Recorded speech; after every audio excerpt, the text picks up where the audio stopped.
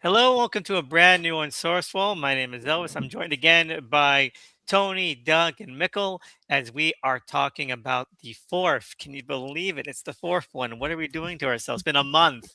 It's been a month. Children of the Corn 4, The Gathering, which is the first in. It is funny. It's like the first. Oh, we're doing a whole new reboot continuity thing. The rights have been sold, and then something funny I saw on Wikipedia. We're like, well, we're gonna have to do a whole standalone story. We don't have the rights to the first story. We can't keep continuity. If I see in Wikipedia, and I'm like, was that such a concern with the other ones? Are you saying that the other ones are like a real tight, a It real already tight feels idea? like an anthology Exactly. franchise. Yeah. So I feel like, oh, why was that like a huge thing? I feel like you could call this one "Children of the Corn 4" the beginning, and you wouldn't miss anything at all. You could pretend this is a prequel, and then I would have not blinked at all. Like, oh, this makes sense. This is yeah, Mhm. this totally happened before Isaac. Um, but You could anyway, also Right. call it Sinister too. Sinister 2, yes. It's my favorite one. It's my favorite Mhm. one because it's like a good movie. I Sinister think that makes a lot more sense, when we compare both films, because I would say both films are very similar. 2. Oh, it's very similar to a couple of films. But anyway, this one has the infamous notoriety of starring early Naomi Watts, which is like I don't know, man. I feel like this is something that every actor should have in their catalog, like a Hmm. Critters 3. Yes. You got to have something like this. You got to earn your bones, okay? On Charlize something like Theron this. last episode. Yes, exactly. Charlie Stern last episode. Eva Mendes next week. I mean, they were rolling it through. But you need something like this. You got to show that you've cobbled the streets a bit. But anyway, let's go around the table, see what our first thoughts on this are. Mikkel, you start us off. What are your short thoughts, first impressions of The Gathering? I think it was a step back. I think the third film so far is the high point of the franchise. It was coherent and unified in a way that I had not expected, and it had it had an actual story and some really cool effects. This film, though, it's kind of going back to being kind of a mess of ideas. Definitely, I would rank it probably higher than the second one, uh, because those ideas are interesting, and and there is kind of a story happening here. But at the same time, it you often see the seams. The I don't know if like the budget was cut down further or whatever, but it's like the movie clearly feels unfinished. Like there were, I think, things that were supposed to happen just on the script level, that are unsatisfying. Anyway, yeah, it's a step back for me, for sure.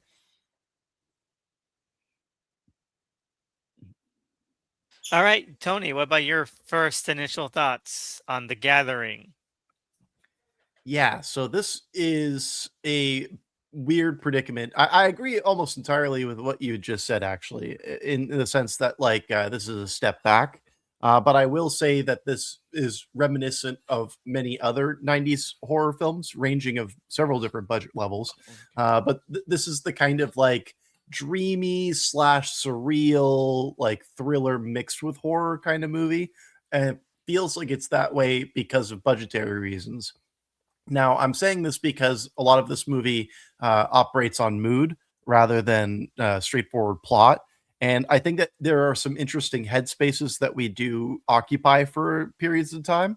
But otherwise, it is a rather messy movie. It does feel incomplete. It does leave a lot of, things dangling in the air that just never get fully resolved. And I can say some really good things about it, but ultimately, I think that while it's not like the worst Children of the Corn movie, it's not the best Children of the Corn movie.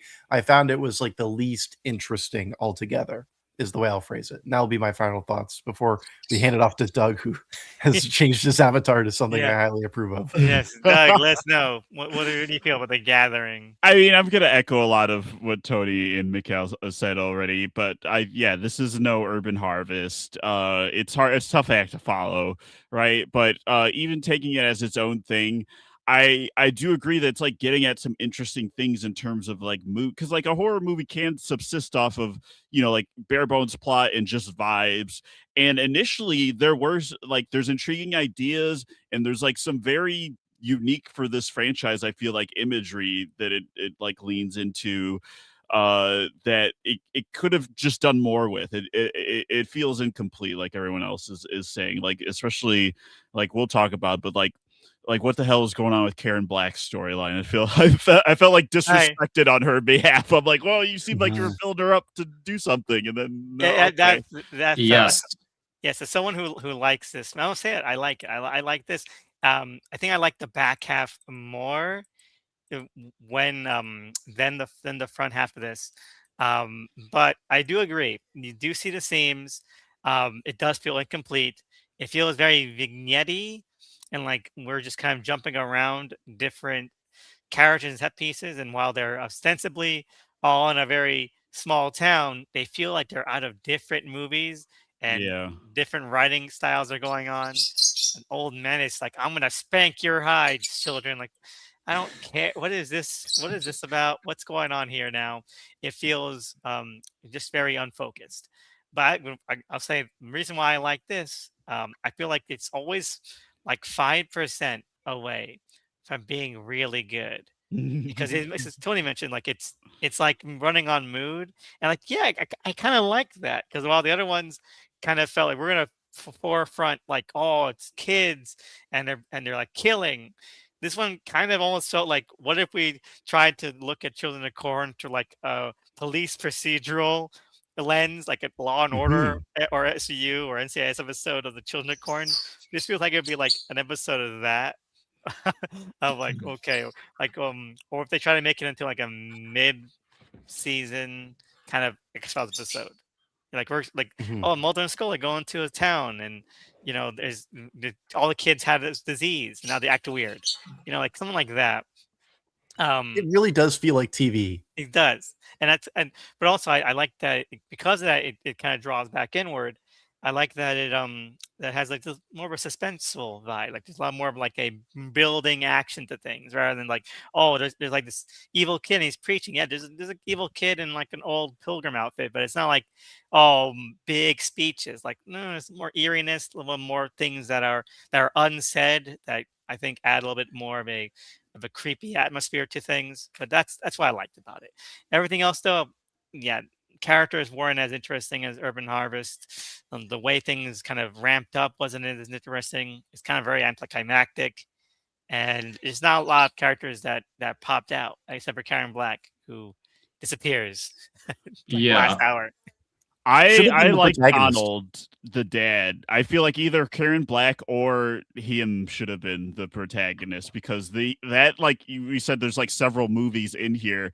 His storyline almost gets as like, oh, what if like the fugitives happened during like a Children, Children of the Corn? Like yes, he had to it's go so on the. interesting. I was Like, like, oh, It's a good idea. can like, he be the main character? And like, the movie's like, no. is this what's gonna happen? Like, yeah, he just like he starts off like the the entire sequence of his family, where the kid like basically corners the mom in like his room and that's an ambush for all these other possessed kids is fantastic. It's really phenomenal stuff. And he's on the other side of the door, and then they kill the cops, and it's just great. It's great stuff. And then he just kind of gets sidelined for just Mhm. some Days of Our Lives style soap opera written bullshit. Like, come on, man. You had something. Well, I guess it's a Like I, small town. There's only so many places you can run to or be on hideout in. I feel horrible saying this, but it does need to be said. This movie has too much Naomi Watts, and I say this because they leave so much with her and what supposedly is the central plot, like in disrepair, and all of the side arcs are more interesting. And Yeah. it's like these are Yeah. better movies, and I like these glimpses of these movies, but then we keep coming back to Naomi Watts, who is trying, She, and she's she's doing her given best. she's nothing for her But to bounce off of. exactly. She's given a really boring role. And like besides The Ring, right? If we were to look Yes. through Naomi Watts's filmography, right? Like she has a really bad track record with horror. I, I don't know if you guys are familiar with some of the other stuff that she's put out. I think okay, let's look. The Goodnight Mommy remake was pretty bad.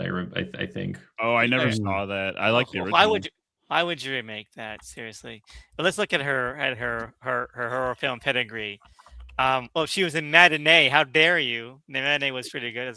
That's not a horror movie. That's a it's a- coming of age film. Shopping cart starlet.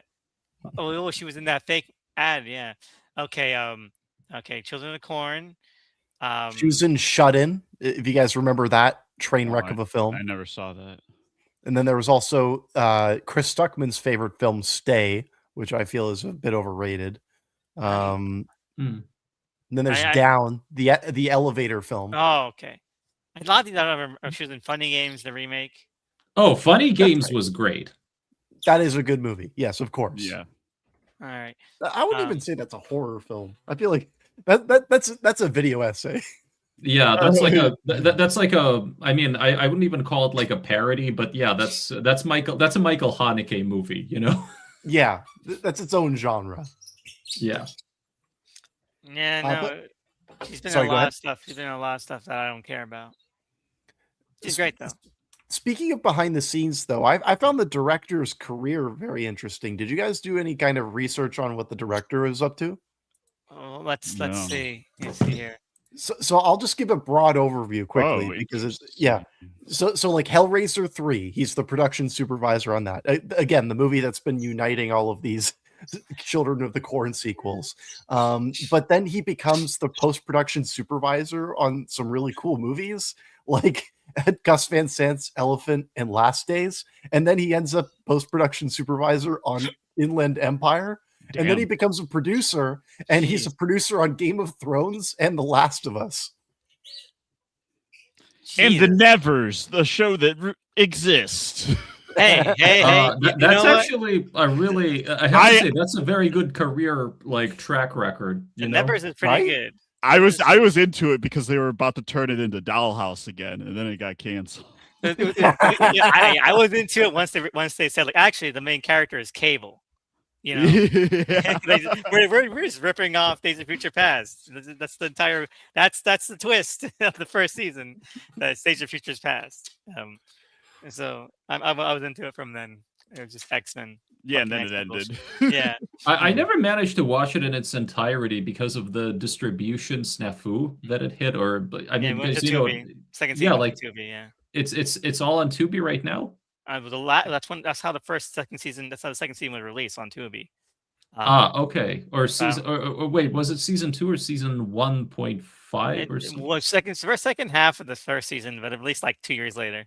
Oh, right. That's how okay, yeah. And they all right. I only saw that first half. I didn't realize there was several episodes on Tubi or whatever. Oh, maybe I think maybe they eventually all went to HBO Max, but I think for a while they got rid of it because of the Joss Whedon stuff.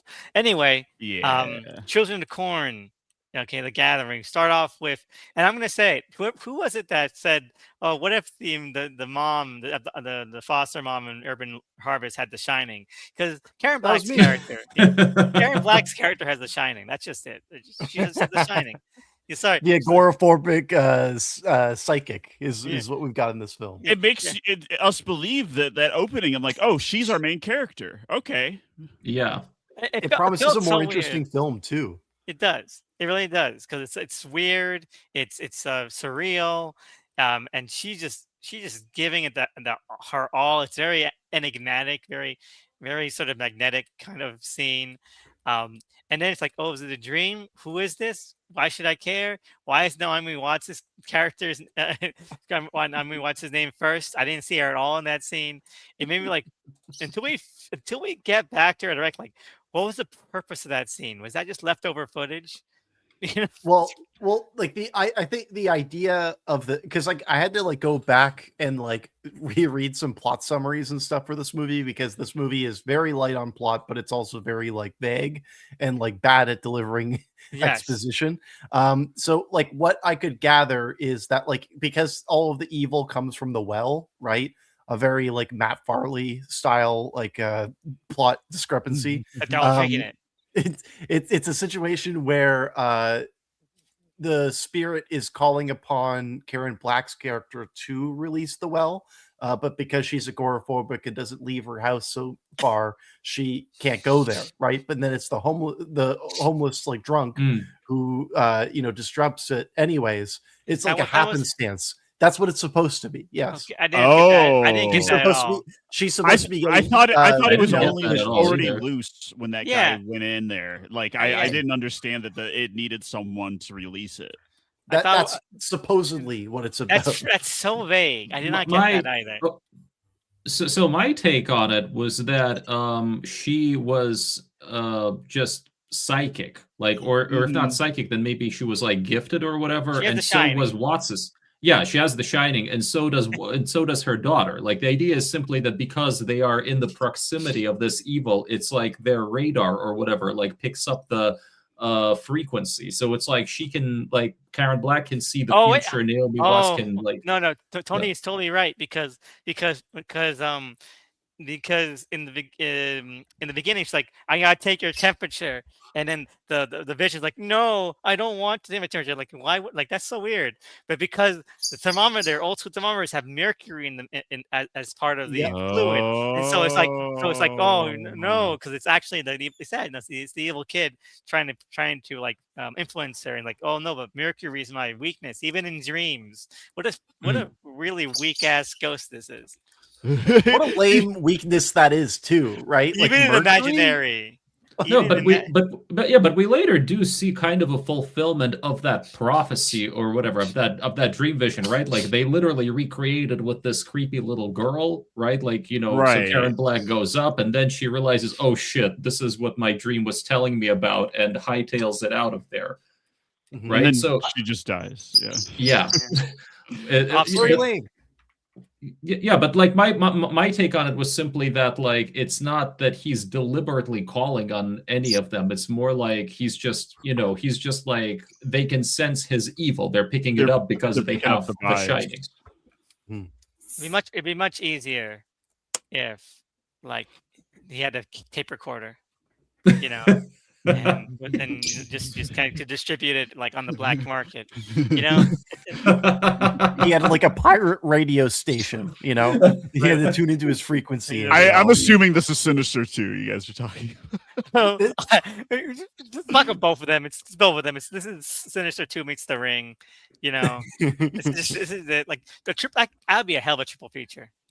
Yes, it would be. Just this, and then like the other two, like, who ripped off who? We don't know. Well, I will say this. This does not have the connection with technology. I mean, they do have a kind of a science versus the supernatural angle here, but they never connected. Like, they, like, I think what's really cool about, The Ring and a number of other, horror movies that came out of that whole period was because, like, I think, they make modern technology supernatural, right? Like, so you have literally like cursed videotapes, or television like sends you like signals through, you know what I'm saying? I think there was like a whole pulse of cursed girl videos. Yeah, of course. And then, like, one missed call if we're talking about other Japanese films, right? But like the thing that I was saying earlier about, this idea of a surreal, almost thriller mixed with a horror kind of style 90s horror film. One thing that I say about, like, the ones that are less successful is that they're a lot more sleepy, because the mood has to be a lot more low key, and it's all based on like tension and mood. The ones that are less successful, they become very sleepy. They become like, it's very easy. Like, I could very easily see somebody like throwing this on, late at night and falling asleep within the first like 15 minutes. And like, I wouldn't begrudge them.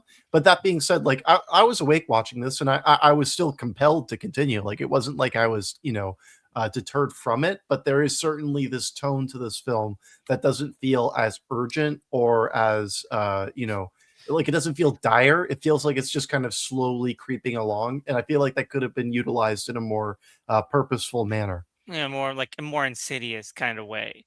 No, I agree. Or more sinister, if you prefer. Exactly. I was trying to set myself up a punchline there. But you're right. Sorry. Because like other than like the drunk getting killed, the first third of this movie is like the first episode of like a broadcast like soft drama. Like, oh no, she's coming home, take care of her mother. She's like a nice daughter. She's in med school. She's brunette. It's like, and like she's going back home. She's back. She's back home, and like what's gonna happen? It feels like a Lifetime original series. The first 30 minutes of this, and like it does take a while to get going. I don't like I'm tracking through it right now. It takes until like the 25-minute mark. We're like, and this is not a long movie, not counting credits. It's like a Right. it's like a hard 75. Mhm. Um, And it's crawling to it as yeah. well. So and now you're like basically 1/3 through the movie before things start picking up, and then like after things pick up, then we're like 10 minutes of like, well, we gotta keep the ball rolling again. No, you're like this like now they're ramping like, oh, what's happening to these kids? Like now we're like halfway through the movie, and you're still waiting the rising action of what's going on with these kids. That movie should have started with these kids getting sick. Like first 5 minutes, show some kids getting sick. They're but no. already sick when I mean, because they already show it in Karen Black's dream. So then the fact that we have to wait like another 20 minutes before kids actually start getting sick is like very tedious. Like It is. Mhm. yeah, the idea of doing a slow burn, like let's see, because like they always Yes. kind of blow their load too early. Like the first Children of Corn, like you get the children massacring the adults in the beginning. That's the best scene, and then the rest of the movie's pretty dull. But so the idea of slow burning the kids getting infected is like interesting. Yes, It's and I just do the like it. execution is And- like not great. Yes, I like that about this one. I like the slow burn. I like that you could. I'm not even joking. You could call this like Children of Corn the beginning or Children of Corn Origins, whatever. And I'll be totally with it. I like the idea like the last days of Gatlin. Mhm. Like pre-apocalypse. Like this person like something's wrong with the kids. And what kind of mystery is going on there? But it is so repetitive and redundant. I will say though, I like the fact that the kids in this one are actual kids. That You is know, nice. Yes. Yeah, like I mean, every other movie kind of tends to focus on teenagers and stuff like that. And here it's like, no, wait a minute. Like some of these people, That's I why I mean, only they're see two. So I only see two at the end. But you were gonna say, Tony? Oh, well, just to kind of go build off of that point, I do also like that, like they don't try to make the kids seem like adults or otherworldly in this film either. Like I do feel like they treat the kids like kids, and the parents treat the kids like kids as well. Like I feel like there's at least something to that as well. And then also to echo something that Doug was just talking about, this idea about like making it a bit of a slow burn, and the whole like placement of this children getting sick subplot. I didn't want to jump ahead too much because I know we're going through the plot, etc. Then again, there's not much plot here, so who knows how long it'll take. Right. But that kid getting sick sequence is the best sequence in the film, and it's one of those moments where you can tell that they're building towards it, and they know that that's like their big thing that they know they can get right. And the reason I say it's the best is because it does such a good job mounting tension in several locations at once, and gives like a clearly fucked vibe. Like you're just like everything is wrong, and it does a great job in showing you that everyone who is in this town is at least aware that there is a shift happening. Like that feels like it should be doing in the movie because it's such a great kind of like set piece. inciting incident, like a big Mhm. impactful beginning incident. And thing is, we say that we're jumping ahead, but it's not really jumping ahead because nothing happens I'm giving the play-by-play right now. Okay, we have the opening sequence stream, which I think is also that's with context, it's not a bad place to start. It was confusing on the first watch because we don't see Karen Black again for like another 4 minutes because most of it's like, oh, here's Naomi Watts driving through town, and then she Right. gets back to her mom, and the mom's like, oh, I'm dying and I'm sick and I'm scared of the little children. And anyway, take care of your little, brother and sister. And then the doctor's like, you got your old job back. Gee willikers. I'm glad you have back in town. Like, this is so corny. And then Corny. Speaking of which, there's no corn in this movie, really. There's not- like when the there- cop gets killed, like he kind of like runs into the cornfield, but I kind of then forgot that this was like a corn-based horror movie because I was like, wait, there's some shots of corn, and like I think the town is called like the corn capital of Nebraska. Let me look at Yeah, here. they refer to that, but it's Yes, never. But weirdly enough, okay, so this is not Gatlin, right? And they I don't don't. think so. it's not, Yeah, but yeah, They don't and have the rights to Gatlin. yeah, they don't. wait, But they is that a fact? I mean, because I could have sworn Yeah. they also said based on the Stephen King short No, story in the no. beginning. So here's the deal, right? So Dimension took over the rights of Children of the Corn in name only. They do Yes. not have the rights to any of the recurring characters from the short story, including He Who Walks Behind the Rose. Which is kind of Really? crazy.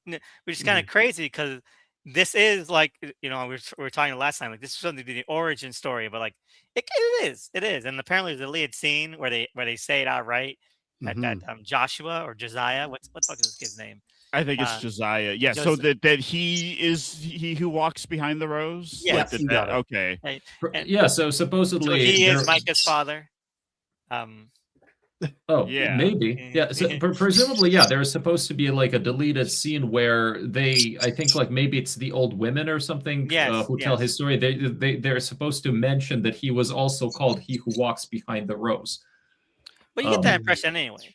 Like it's not subtle about it. Like, like especially during that scene, because they kept the majority of that scene in. And it's like they all gathered to him and he was killed, and now he haunts these fields. Like, okay, we get it. We know who he is. And so it's not bad in that sense. Again, if I do like the idea, like, what if this is, what if this could become like Cube Zero? You guys ever see Sure. Cube Zero? Cube Zero, Yeah. is like a prequel to the original Cube, but it's not really a prequel because like separate set of characters and it leaves off in a different place. But if you just fuzz, glare your eyes a little bit, get a little bit hazy. It's a pretty straightforward bleeding into the first one kind of thing. And I feel like this one does capture that, even though they have to cut around and kind of write around a lot of the other stuff they don't have rights to. But I think it works, and I think that it not being Gatlin helps it a little bit. It feels more in line spiritually with the first movie than Yes. probably any of the other ones we've had so far. Yes. Right? Yeah, in terms of just the kind of horror that we're getting. It's a little more slower. When like this one feels a little bit more intentionally slower, but it's definitely slower. It's not. Again, I saw a review. I'm looking this up. There's a review saying this one was pretty good. It's not as satanic as the other ones.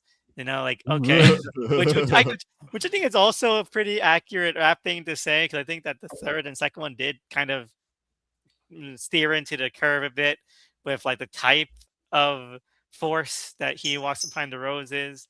And this one, I think, definitely kind of brings a little bit more back to like a more spiritual thing. Makes it more of a ghost story, whereas like we're in Damien Omen territory in Urban Harvest. Although like it did feel demonic when the little girl is like floating, like when you see that, But other than that, like the demonic imagery is a little minimal. Yes, it feels, if you go like again, you're right. So it does strip things back a bit more. I think that's also part of what I liked about it. I think I realize only now that there was no kind of satanic chorus. Like the previous three movies, they would have like this sort of choral singing, like the music would The get first really one had the cool. best one, though. The first one had the best kind, and they Still, never used it yeah. again. It's so But insane. This movie has the worst music. The for score sure. was pretty Yes. underwhelming, and I feel like that hurts it.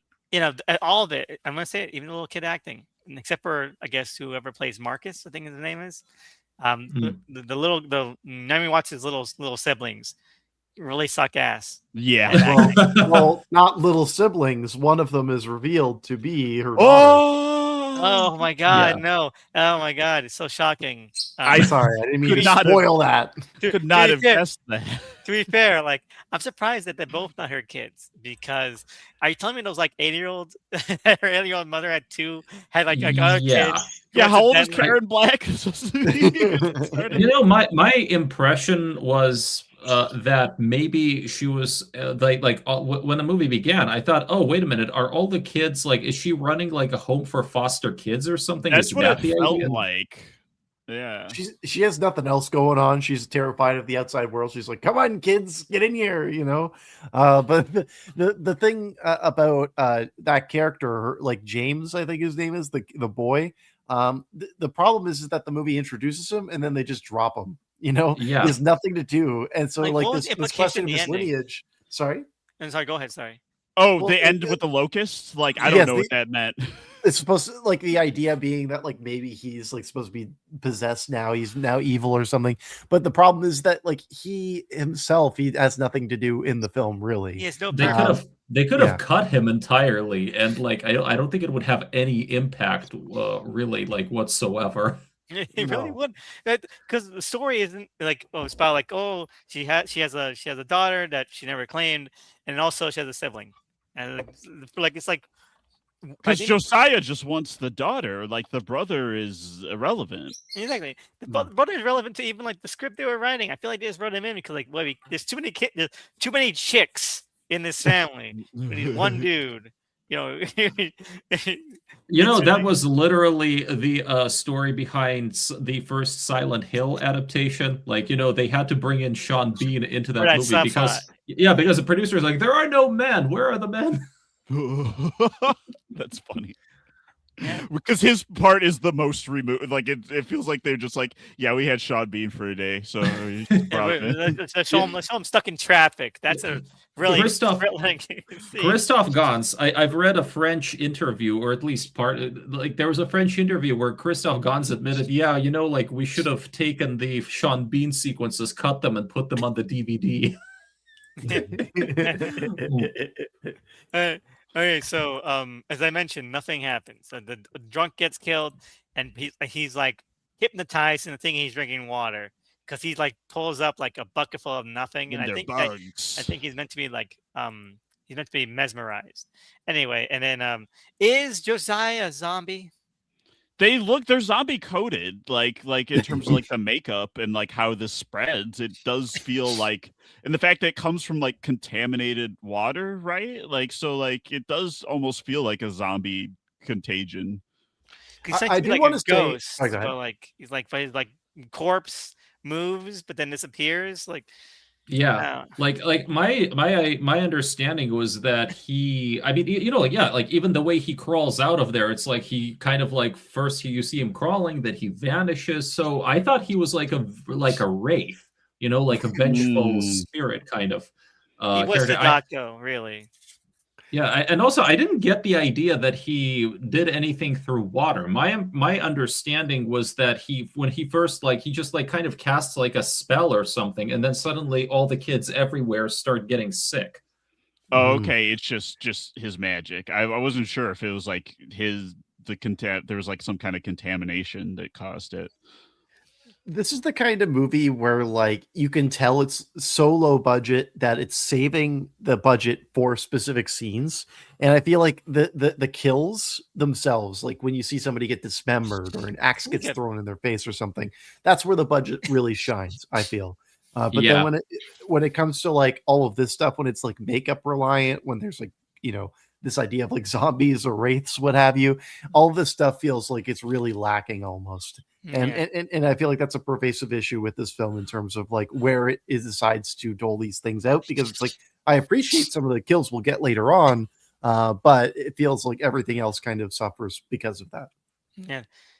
She's got a bigger budget for little kids. I'm sorry, I'm looking at this scene where she's like trying to like, oh, we don't know it's her daughter yet, but she's like trying to say, give her like a little bedtime story. And the little girl's like, I'm acting like this is a sitcom. I'm on Family Ties. And now we watch is like looking like with really mournful eyes. Like he's like doing too much. I think Don Watts should have acted worse in this movie.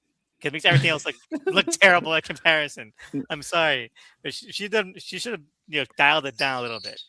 No, She's I- actually trying to play a mother with regrets. Or Exactly. something. Yeah. She's trying to do her job, God forbid. But you're right, but Elvis. from like because, Cabbage Patch Kid of a little actor, like it doesn't work.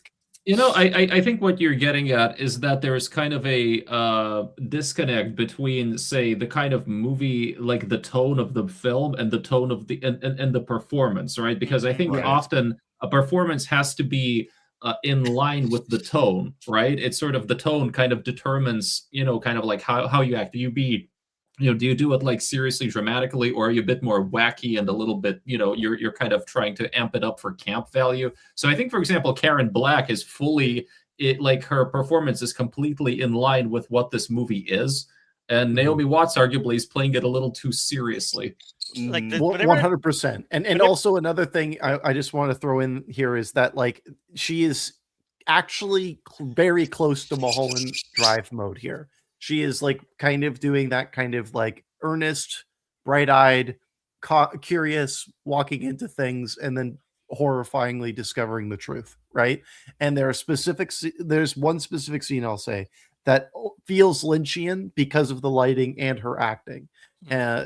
Everything else around it doesn't really feel Lynchian, but I do feel you're on the money, right? Like her style of acting is so grounded and so raw in something that's trying to be a bit campier, but still surreal. It just doesn't fully gel, and it actually makes it feel like she is kind of out of step with it. Yeah, no, because like even this scene where like she and her mother are talking and her mother's like doing the rosaries, like, Mom, we're not Catholic, like who cares? Like, but like the mom is like just like doing the most, and he feels like like she's coming out of, like this like coming out this like what's eating of a grape or something, like she's trying to handle her mom with, like soft kid gloves. Like, my God, man, this is torrid in a way. There's a lot of like Naomi Watts movies, right, where you like they're notoriously bad, right? Like I think about like the Book of Henry, right?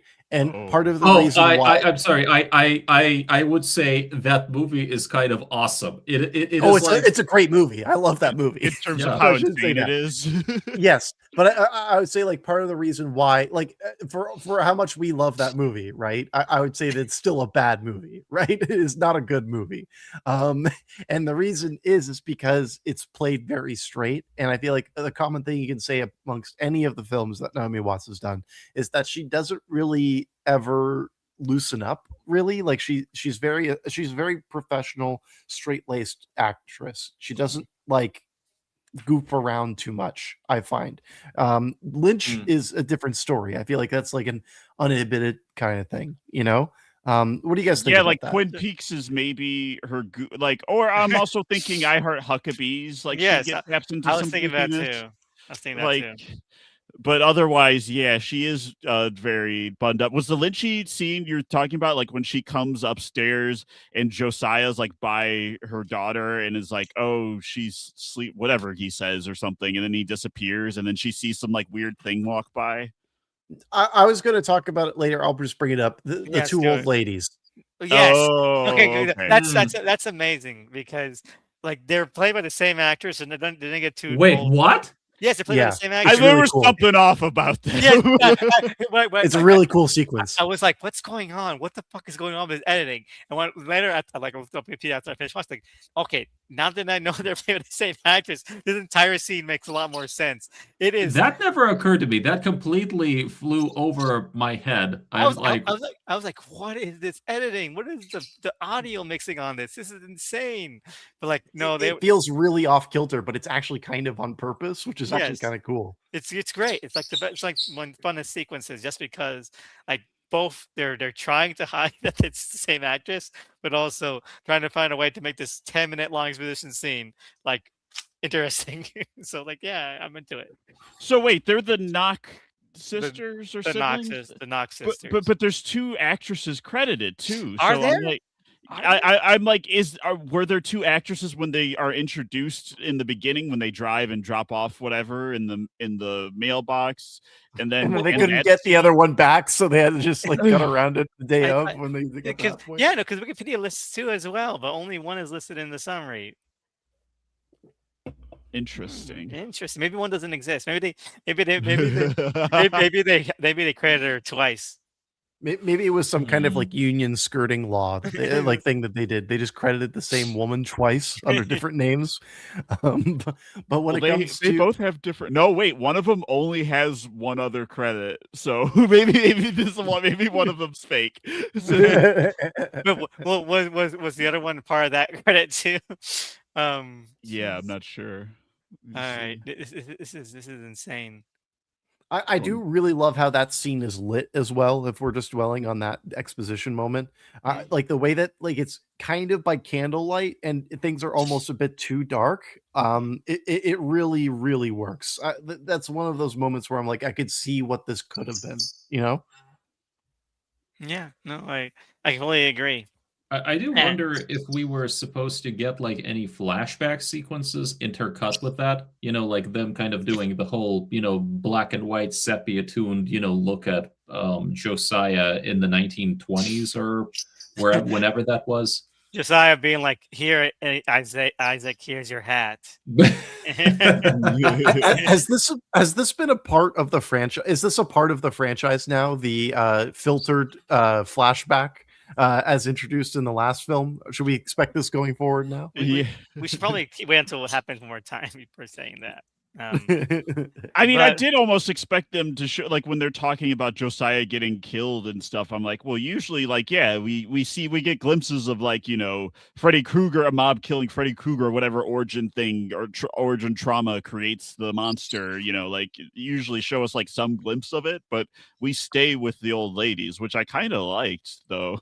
yeah, no, it felt like it was made they had to juice it up in order to make it more interesting. Otherwise, we'd just be sitting in a room talking to just having two old women just exposit their asses off to the screen. It kind of felt like Dune. Talking about David Lynch Dune, where like the first like 10 minutes is Virginia Madsen speaking to the camera, so it keeps fading in and out, which just to liven it up a little bit. But so yeah. Anyway, so Nan Watts is the best friend. Oh, I don't remember who her name is. What is her name? Grace. Grace. Sure. Grace. And they get drunk on the porch, and then that's when everyone starts. Well, actually, no, the day after, everyone starts getting sick. Like all these little kids coming into the doctor's office where she works as like a temporary assignment, and the doc's like, "You have your old job back, doctor." Okay. Her job is looking at samples and being like, "This doesn't add up. These numbers." don't-" What did Can I just mention that and this is maybe just distracting to me, but that clinic is I'm just like, wait a minute, that looks like a pretty, I don't know, like like a pretty This is a advanced small town. Yeah, like but like shouldn't they have like a staff there? I mean, are there only two people working there at any time? Like so when she's not there, was it just him? Like, and like they have they have a lab to run tests. Exactly, like did all that. I feel like the person who wrote the script didn't want to draw attention to the fact that one, they clearly want this to be like a small town. So it's a small town doctor. Think arachnophobia. Like everyone goes to the one guy. But also they wanted to have a part where like, oh, but we had to run blood tests on these kids. So we have to make it like we can't just have it be like a one room, one floor kind of clinic. It has to be an actual hospital. So now we get like hallways and labs and like, who the fuck is running any of this shit? Who's cleaning it? Right? Like, I feel there's like no this is such a janitor waste of- even. The dust bunnies must be crazy in that place. But the issue is that it feels like they were able to get a great location, but it's not exactly the right location for what they're trying to do. Like if they were making a different kind of movie, then they would have been a really big score. But they went with it because it was what they had, right? Yeah. And ultimately, the hospital stuff, like it really works when it's all these sick kids and all that stuff. It turns into an episode of The Pit, right? Yes. But the Run the path. The issue with it is that like it kind of just feels like you're hanging at Wilford Brimley for Exactly. too long, Like, and it's just strange. He's such a weird character because he's like a reasonable guy, and then he's like, "Oh, but we gotta whip your hides." Like, what the hell are you talking Well, about? because man? like, and it doesn't even fit the reaction of like, okay, so he knew the boys that they're getting possessed by or something, and then he's like, I gotta teach you boys some manner. Like, you should be freaked out if you knew those kids, and now they're like. The Knox sisters had a better reaction, which was let's just fucking just lock all the doors, and that's why they should be the main characters in the movie. for that many watts. Anyway, so everyone starts getting sick, and it's this fantastic sequence we already talked about, where where you get quick cuts to other children all over town. They're also all Cross-cutting. getting sick, and it's like it's like this really kind of building act. I love these kind of montages where it's like you have I was gonna call him Isaac, but Josiah, like doing some magical spell on the bum's corpse. He's just cutting different parts of that bum's face off to do new shit with. It's great. It's a great little thing. He's strung up as like some sort of butcher meat. Um, but yeah, everyone starts getting like a huge fever, and they're like, these kids are gonna die of feverish intensity. And it's wonderful. It's wonderful stuff. I love it. This is the key of making a sleepy horror film, Mm, right? Is knowing when to jolt you awake, mhm, right? And if this film were more competent, then it would have more scenes that were like this. mhm. The problem is that this is the only idea they had. So the when you're watching this sequence, you're like, "Whoa, hold on one second. Am I watching something very competent?" But the fact that everything else just kind of settles in after this, it feels rather disappointing. But in the moment, it's one of those things where I was like, maybe this is one of my favorite Children of the Corn movies if Yeah, it's yeah. capable of this, you know? Yeah, because it feels like, what if we took this thing kind of seriously? You know, Mhm. because like the second movie, I think, brought up like, what if these kids are like or like some sort of scientific metabolic explanation for what's going on with these kids? You know? Yeah, it's like mold poisoning or something made them Yeah, crazy. yeah. So like, what if we took something like that a little bit more seriously? But so there's like this juxtaposition between supernatural and like trying to fight something like medically, scientifically. It's great that they butt heads, because you see that like they put them in these ice baths and it works, but then also the girl like jumps up like 5 feet in the air, and it's great. It's like, there's more going on, suspense. We know, dramatic irony, things like that, because she's like a doctor, so it's like it's very Lovecraftian in that way, I would say, too, because It kind Lovecraft of had a lot of doctors in you, their. Mhm.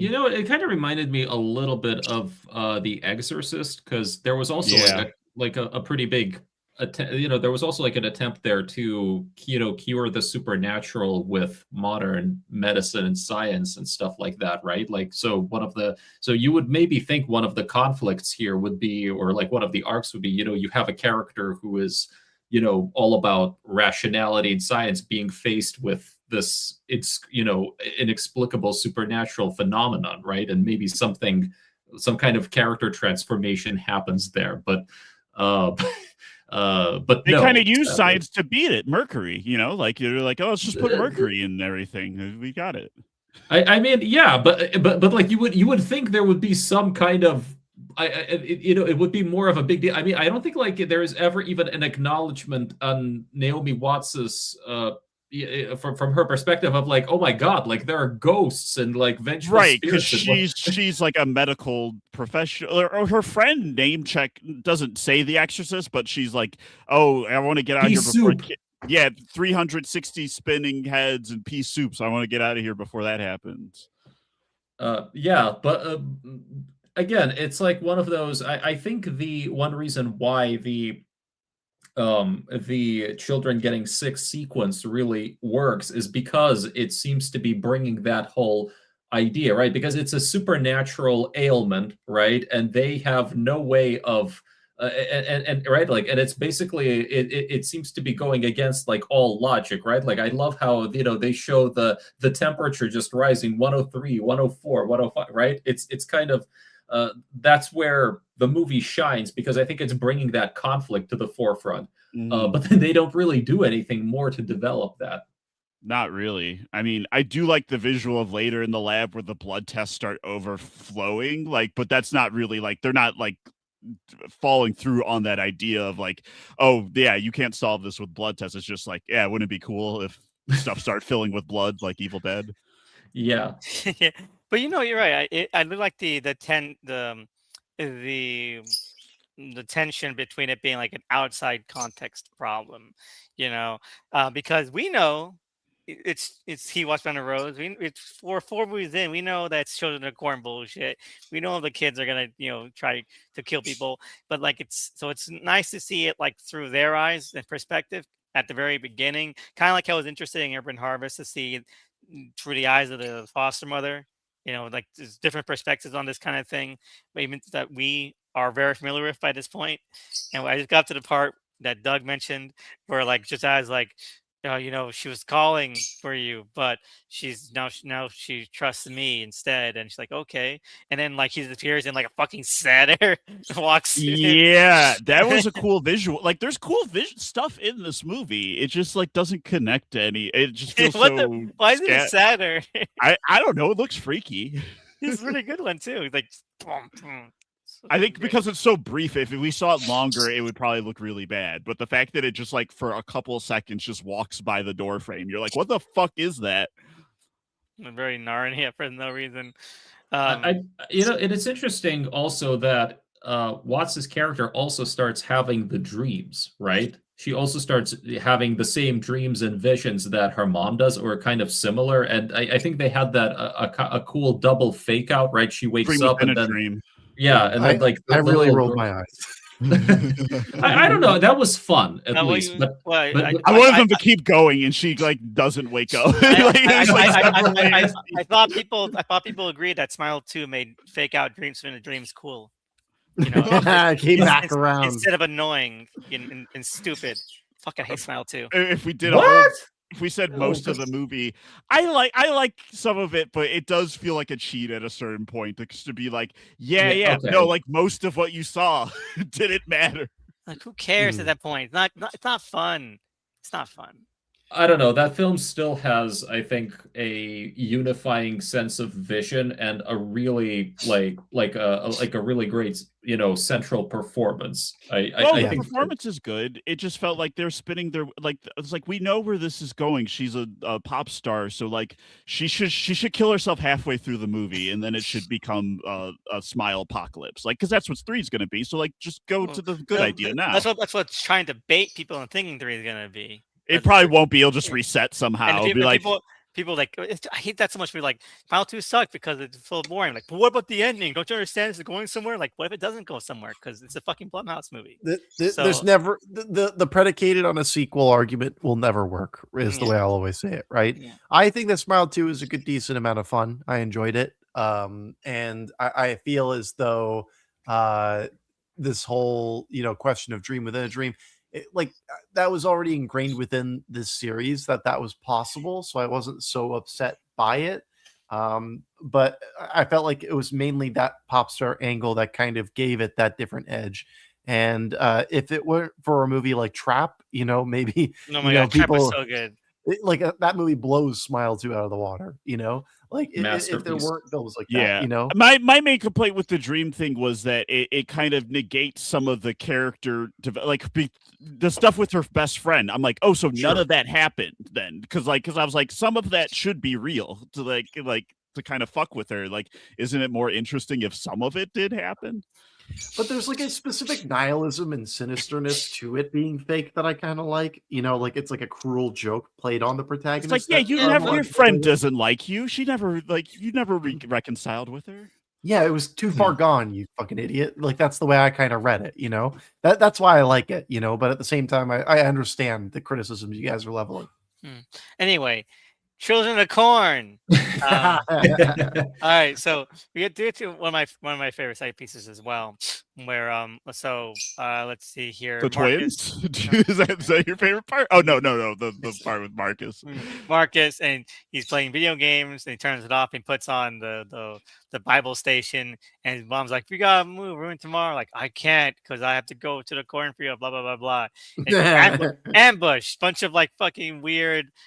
Kids with 5 a.m. bags in their eyes, and just ambush her, and the door is locked. And it's very not a lot of gruesomeness, but I do like the fact that like Donald, that dad, is like trying to barge in, and then sees the aftermath. He's like, well, something happened, and and the cop's like, you're probably gonna have to go take you in for this. Doesn't look good for you, but something attacked my son who's covered in his mom's blood.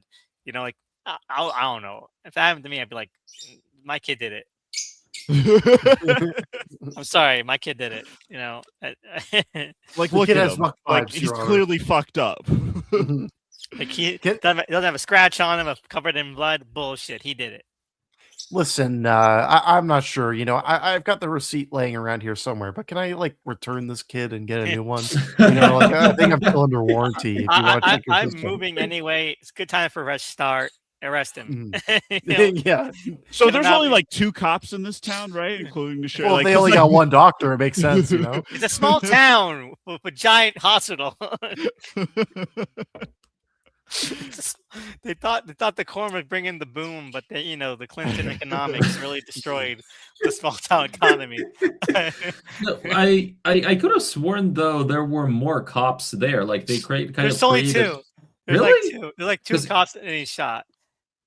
And they kind of disappear after the sheriff is killed, right? I don't Right, think like, he like was- we don't see any other ones actually get killed. It's just the sheriff. The but, like, radio says, and then all the cops were killed at the scene later on. oh, I missed that on the radio. The That's radio fun. says like, oh, but all the cops were killed. Like, oh, They just okay. didn't have the budget to show that. So Yeah, so yeah. like, well, that's why we don't see any more cops because they were all killed by Oh, murderers. okay, because then that if all the cops are dead, that kind of makes. I mean, because he just kind of like runs. The dad just kind of like runs off after he finds the sheriff's body. Or Because something, no and then- one's chasing him. Because I Yeah. said like, oh, is this supernatural version of the fugitive? But he's not being chased. No. Because both he and the cop run into the field, and then he finds like the sheriff's body, and then just like runs away. And so, but then we later hear the cops are all dead. Anyway, And I like that Naomi Watts doesn't, but like she's assuming he's guilty and killed his wife, even though she's seen so much fucked up shit already. That she's like, nah, you're a murderer. she's a scientist. She's racist. She's racist. Well, to be fair, she did grow up in Nebraska. Hey, why do you think they're moving? Why do you think they're moving? Okay, they don't want to tell you, but what's the name of this place? Grand Island, Nebraska, which is a real place, is clearly racist in this movie. Never go there. Well, I had no plans to, but it makes a compelling argument. But that's why he was moving. They got away from this racist ass town. I mean, I think he even says, right? Like, I just want to get my son and get out of this godforsaken town or something, right? Mhm. I mean, yeah. So probably, I don't know though. I feel as a whole, you never really get like a real sense of what this town is. You know what I'm saying? Like, I don't even know what Donald's job is besides father. Yes, I am a professional father. I work at the father factory. Is he a farmer? I don't know. Are there farmers? We see corn. We see here are the jobs we see: doctor, and her friend Doctor mentioned assistant. doctor assistant, or also is she like pre-med? Is she a doctor? She doing residency? Who knows? But also her friend is a nurse at the high school or junior high school. So that's 3 jobs. And then So presumably there's also teachers at that school. I don't know. Whoa, Doug, hold on. Let's not assume anything. They could just be doing a DIY thing. There could be 2 teachers. It could be 2. There you It's go. Just like there's 2 doctors. 2 Um, doctors, 2 cops, 2 2 teachers. teachers. And, I have to say, partridge in a pear tree. For some reason, this is starting to remind me of the New Mutants. I had a lot of the same questions, just like, what is up with this facility and how many people are there and who makes the food? Why is it so empty? The facility Yes. was clearly to the trap by Mr. Sinister. My God, this movie clears it all up for you. Trap by Mr. Sinister. She mentions it. Well, it This makes movie was Mr. really- Sinister's plan look a little dumb. This movie was really missing Anya Taylor-Joy just being strangely racist. Yeah, that would have been good. But then she earns her respect. Okay, it's not.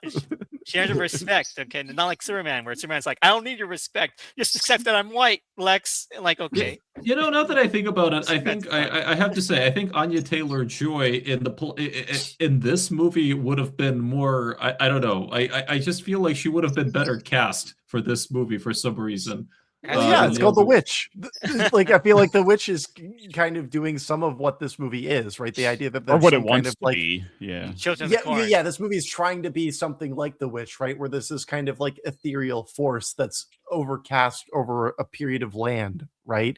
In that film, The Witch. It's like a smaller scale kind of thing.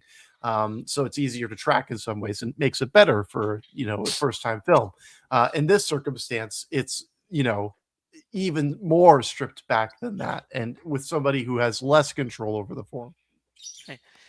Anyway, so then we get to the doctor sequence where he becomes an entirely different character. But I love the mother too. His mother is like, my twins have been acting so strange. Even if when I told them I would chop their heads off and hit them, please talk some sense into my children. Go to a fucking psychiatrist.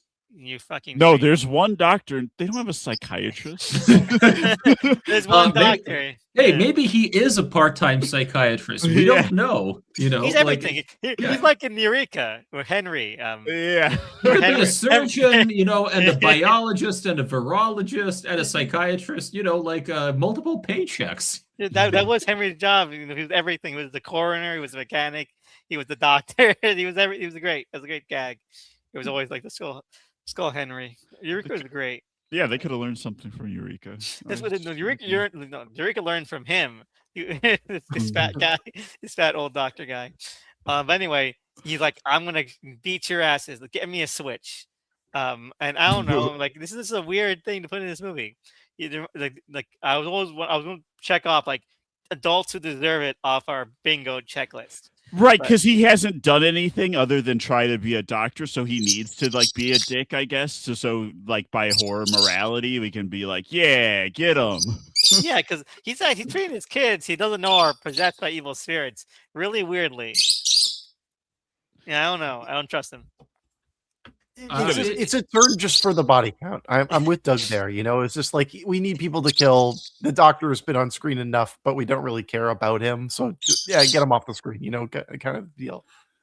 No, I don't know. I think he was kind of likable up until that point. I'm not sure I quite bought like his whole change in attitude there. I guess he was really, really pissed off at the fact that like they were like the twins were channeling.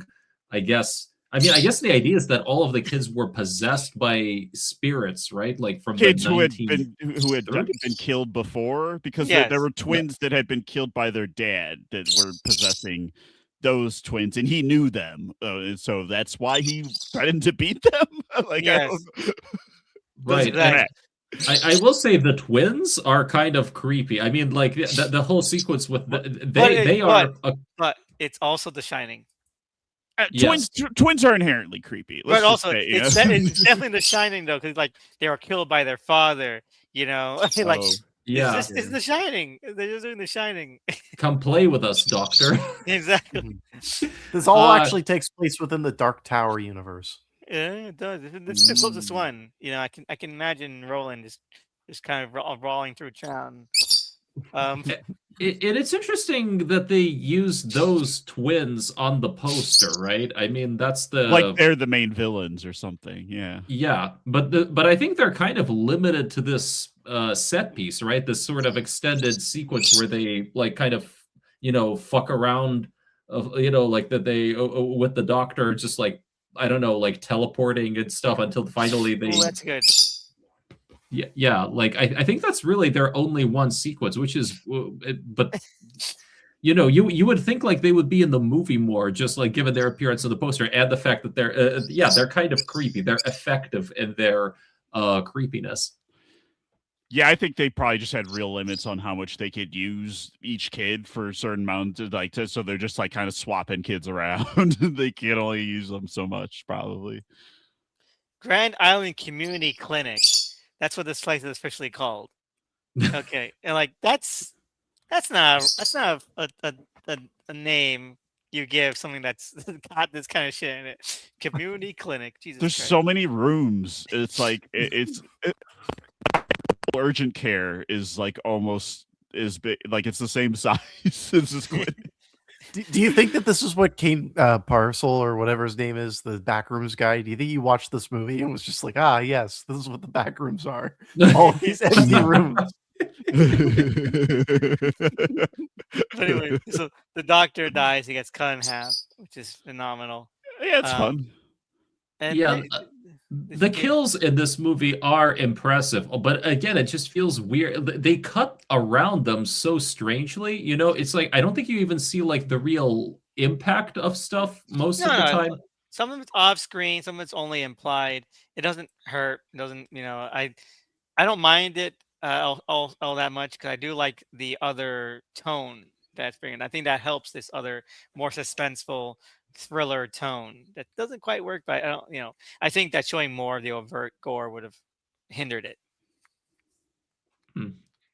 I guess I agree in terms of like it trying to merge these kind of like more vibey, slower horror with like slightly goofier, campier kills. Like if you make them gorier, is that lean it more into a different kind of horror? I don't know, but yeah, they kind of it as it is though. It still does feel like a little disconnected in terms of like, oh, that we're temporarily turning it into a different movie when we do these sequences. Yeah. When we talked about the filmmaker's other credits, right? Mhm. We talked about how he was in post-production supervising and a producer. There's a reason why he's no longer a director, right? And it's because he's got a really poor job at tonal management. In at least the behind the camera sense, directing sense, and you can really feel that in this film where it's like it's trying to be a bunch of these different things, but it doesn't have quite the budget to make some of these other elements work, and then in execution it makes these elements feel so uneven. So it allows for you to be a bit more imaginative in terms of like where it could have been in its best version. And like in its best version, perhaps it could have been something rather special. But instead, because it feels lopsided, it feels like, you're in a wagon, right? And you're just like waiting for like the really bad element on the wheel to get through its rotation. And then you'll have like, maybe like 15 seconds of a good ride before that, bump comes again. Like that's the way this movie feels. Yeah, but it does look pretty though. Oh, yeah, exactly. Maybe he's a better director by the time you get to The Prophecy 2, the only other movie he directed. The corn is gonna husk. Yeah, we need Christopher Walken in these movies. That'd be good. So, anyway, so she meets Donald, and Donald is like, "I didn't kill my wife." And she's like, "But I think you did for obvious reasons." Because I'm sorry, but like, I don't know, man. I can't trust anyone after that old man turned out to be a weirdo. I can't trust Naomi Watts' character either. Yeah, no, I mean she seemed straight up like even if she was going to discount like, okay, those were dreams. Like in her waking state, she has seen like weird shit. So like, I don't know, for her to just assume just like, yeah, this guy is fucking guilty. Anyway, so let's see here. She does the blood test on the kids. The results don't make sense. The machine must have malfunctioned. I would believe that, because who knows? We just seen the machine and she having like the old like things from the 50s. Anyway, here we get Karen Black and her final scene, more or less, which is a recreation of the opening scene. Her vision is coming true. The nightmare had become reality.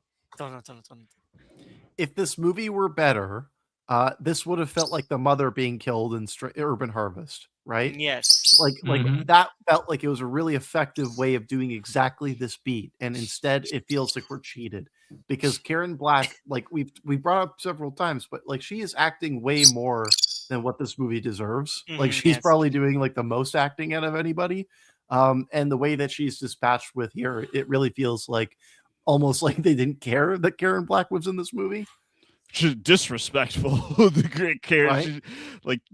She's been in so many good things. 5 Easy Pieces, Nashville. I mean, in terms of horror, Trilogy of Terror. That's what I think of. Like she gets House of a possessed Thousand Corpses. Oh right, yeah, Mother Firefly or whatever. And that's after this. Like she does Rob Zombie after this movie. Yeah, she's like, well, someone finally appreciates me. Robert Zombie. That Dragula fellow. But yeah, it's definitely weird how this movie just kind of, kind of gets rid of its most interesting character, or at least like its best performance by far. I mean, I don't know. It's just like I have to wonder, was there maybe more to it, like in the script? Like maybe there was like some draft of it where she had a bigger role, and then they had to reduce that because they couldn't afford Karen Black for like more than like I don't know 3 days or something. But Right. Like, yeah, because she is the biggest name, yeah, you have to wonder, like, could they afford her for more than what we see? yeah, but it's definitely a disappointment. It's definitely, and it's strange how it doesn't really feel connected to much of anything. I mean, later on, Naomi Watts discovers her body, but her reaction there, I was also just amused at how, like, that's so. That's like there isn't much of an emotional impact of that. Like, my mother got killed? Oh my god. Like, Yeah, no. that was all impetus for her to come back to the town to begin with. So there should be more of a payoff there. Like, Yeah. even like that's Like, what they're made, at her grave at the end, right? But even that feels weird. like Yeah. no, I agree, because like even though we kind of said like we felt like the foster mother in the third one should have been like the main character, the way they played off her death was still had kind of purpose and impact, and this one felt like they just didn't have enough time to do something good or cool. Urban Harvest was an intentional subversion, even if I wished we had more of that mother, like that was a choice that they like it definitely was effectively pulled the rug from under me. So like, but this was just like, yeah, like I do like the echoes of her, like the dream coming full circle, but then it like her actual death just is so anticlimactic. It doesn't feel like a payoff. No, it doesn't. It really doesn't. It's a shame, because then there's really a lot less momentum in the rest of the movie, you know. Yeah, we're not left with much. I mean, like we got the dad, but even he's like kind of just shows up to take her to the exposition sisters, and like he doesn't have much to do. And it's weird because this kind of happens right on the heels of what I think was a very interesting character turn, because she's agoraphobic and yet she wills herself to actually get out of the house, right? And apparently she can even drive a car pretty well, all things considered. So you would think there would be, oh yeah, this is like a new thing for this character. There's going to be some development there. I mean, the more that I think about it, I'd be like, she never has a scene with those sisters. And I'm just thinking that would be interesting. Like, what's that dynamic? Like? Yeah. Yeah, yeah. No, I completely agree. You know what should have been, rather than her mother, it should have been her grandmother. Yes. That way, you probably have the grandmother also be of the generation that she was there when they killed Josiah. Exactly. Yeah. And that could lead to agoraphobia as well. Exactly. I mean, that would explain a lot of things. It definitely felt like there was something more to that backstory, maybe, that was never really like more personal connection. Yeah, exactly. I mean, I'm not even sure what exactly Josiah's long-term goal was for the kid. I mean, I did he want to like possess her or something? I think it was Ghostbusters too. He needed a new body. Yeah. But like, but like, why? I mean, he didn't seem to have any trouble doing whatever he wanted to do, because he's tied to the land. He needs to do like Freddy, like Nightmare on Elm Street. Then he could go anywhere. Freddy's dead. Yeah, Freddy's dead. He had to hitch a ride out. Oh, okay. So I guess so. Maybe if he steps out of it somewhere, it's like he'll disintegrate or whatever. He just can't. He's a ghost. They should have shown us that though, because I'm not clear. Like it's never clear of like what the limits of He Who Walks Behind the Rose like powers are. It's what just the that property like line is. yeah, like where the corn ends. Like is that where he needs? As long as there's corn nearby, he can fuck some shit up. and you do see. I do love that you do see like the Josiah's actors in some scenes, like just wandering behind the corn stalks, like, and have close-ups on him behind the corn stalks, like just hanging around there. So again, I do like that. I do like that we're stripping down He Who Walks Behind the Rose to such a degree. I think it's fun. You could just do more moody, stalking, like creepy moments like that, like because like that's more effective than like the kill. Like even if these kills like look impressive from like what they're able to pull off perspective, like yeah, that like in terms of like the kind of horror that like works for me, like yeah, like just moody stuff like that. That's almost could be, you know, like when Laurie's looking out the window and Michael Myers is there. Like you'd just be like Josiah's just like stalking people in the town. Like that could be creepy. 100%, yeah. So, yeah, then we get to the Knox sisters, which it kind of seems like maybe they're meant to be two actresses, but and one is always like in deep shadow. So The way they shoot it's so weird. So and even in the earlier scene, I'm now realizing scrubbing back through it, like when during the daytime, only one gets out of the car. So it is weird that like there's two actresses credited, but like why are they only see one at a time? it's so strange, and I love it. It's like, this is a great scene because it's the weirdness of the editing, the constant back and forth, the actresses or actresses performance is really good. It's just it's captivating in a fun way. Like now we're cooking with some gas again. I liked it. And anyway, what's it called?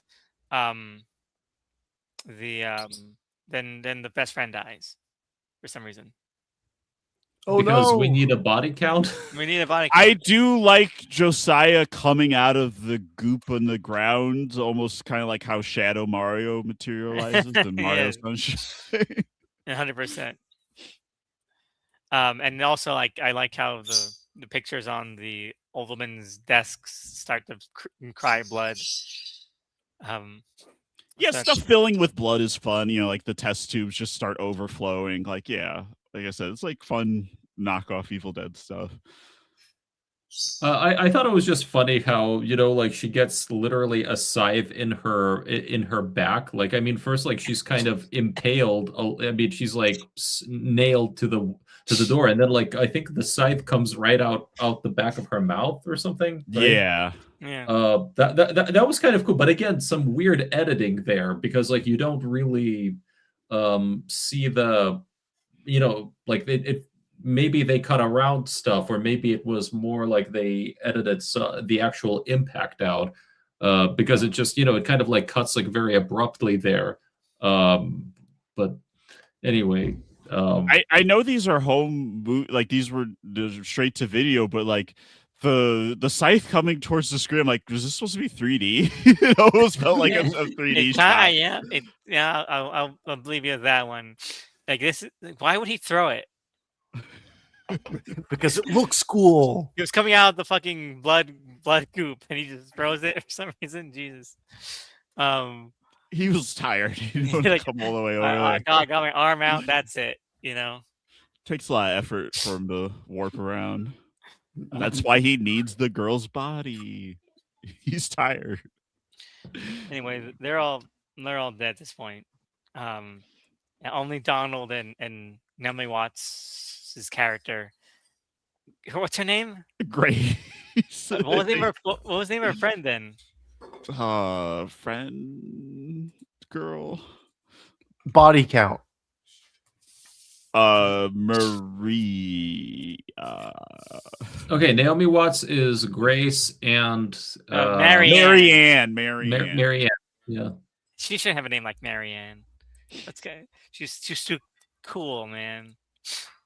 I do love that there's like that they mentioned that like, oh, the Knox sisters are they're the ancestors of Josiah. You know. I mean, it's weird though, but they don't really explore that or what that means. I mean, I think that the most you get is just, oh, your boy has come home, and that's, I think, the last. Don't make my mistake and abandon your child. Right. But again, I just feel it's weird. Like you never see him. I'm wondering, does the line about him coming up, was he supposed to show up there and confront his mother then and kill them? Maybe, because they don't appear again. We don't see them again, and you'd think that would be a priority for him. Like the first people on, if you have a revenge list, you'd be like, yeah. my mom who killed me. Like, let's get her. Like the Grinch, yeah. Yeah, it's exactly like the Grinch. What do people think of Josiah anyway? I mean, what do you guys think compared to say the previous preachers like Isaac and God? What was the name of the kid in the third one? I forget. Micah, right? No, Micah was Yeah. in the second one. Who Eli, I think was Eli. in. Yeah. He's not M name. Big mistake. I feel like this one's the most boring, right? He has Okay, so- no real characteristics. He's just a look. Like That's there's a twofold question. there's no like preaching element of him really. That's a twofold question though. Okay, as a boy preacher, yes, he's the most boring because we don't see any preaching. He has no character. But I gotta say, I think he's a really fun. He who walks behind the rose. So He it's an origin looks story. creepy. He has a look. He's meant to be like an origin story. I think he does a lot of fun stuff. I do like that we see him walking behind the rose a lot. So, yeah. I like the part when he walked behind the rose. He did it. So You're doing 5 the out of 10. Leonardo DiCaprio gif, Yeah. right? Like you're snapping at the screen. yeah, When, 5 out of when 10. he ran on the blade. the thing I see what you're saying there, Elvis, right? Like in his action, it is representative of the other Children of the Corn, like the mythology at least. Yeah. But as a character, he like leaves a lot to be desired, is the way I'd phrase it. Yeah. You know, He's like a discount Freddy. He's a discount Sadako. Yeah. He's Because if this is the origin, then this should be like his most human, in terms of like Right. some kind of recognizable character trait. Like you could still keep him scary, but like while giving him some kind of humanity because he was a human, Yeah. like so Like Candyman? yeah. like Candyman, a lot of characterization.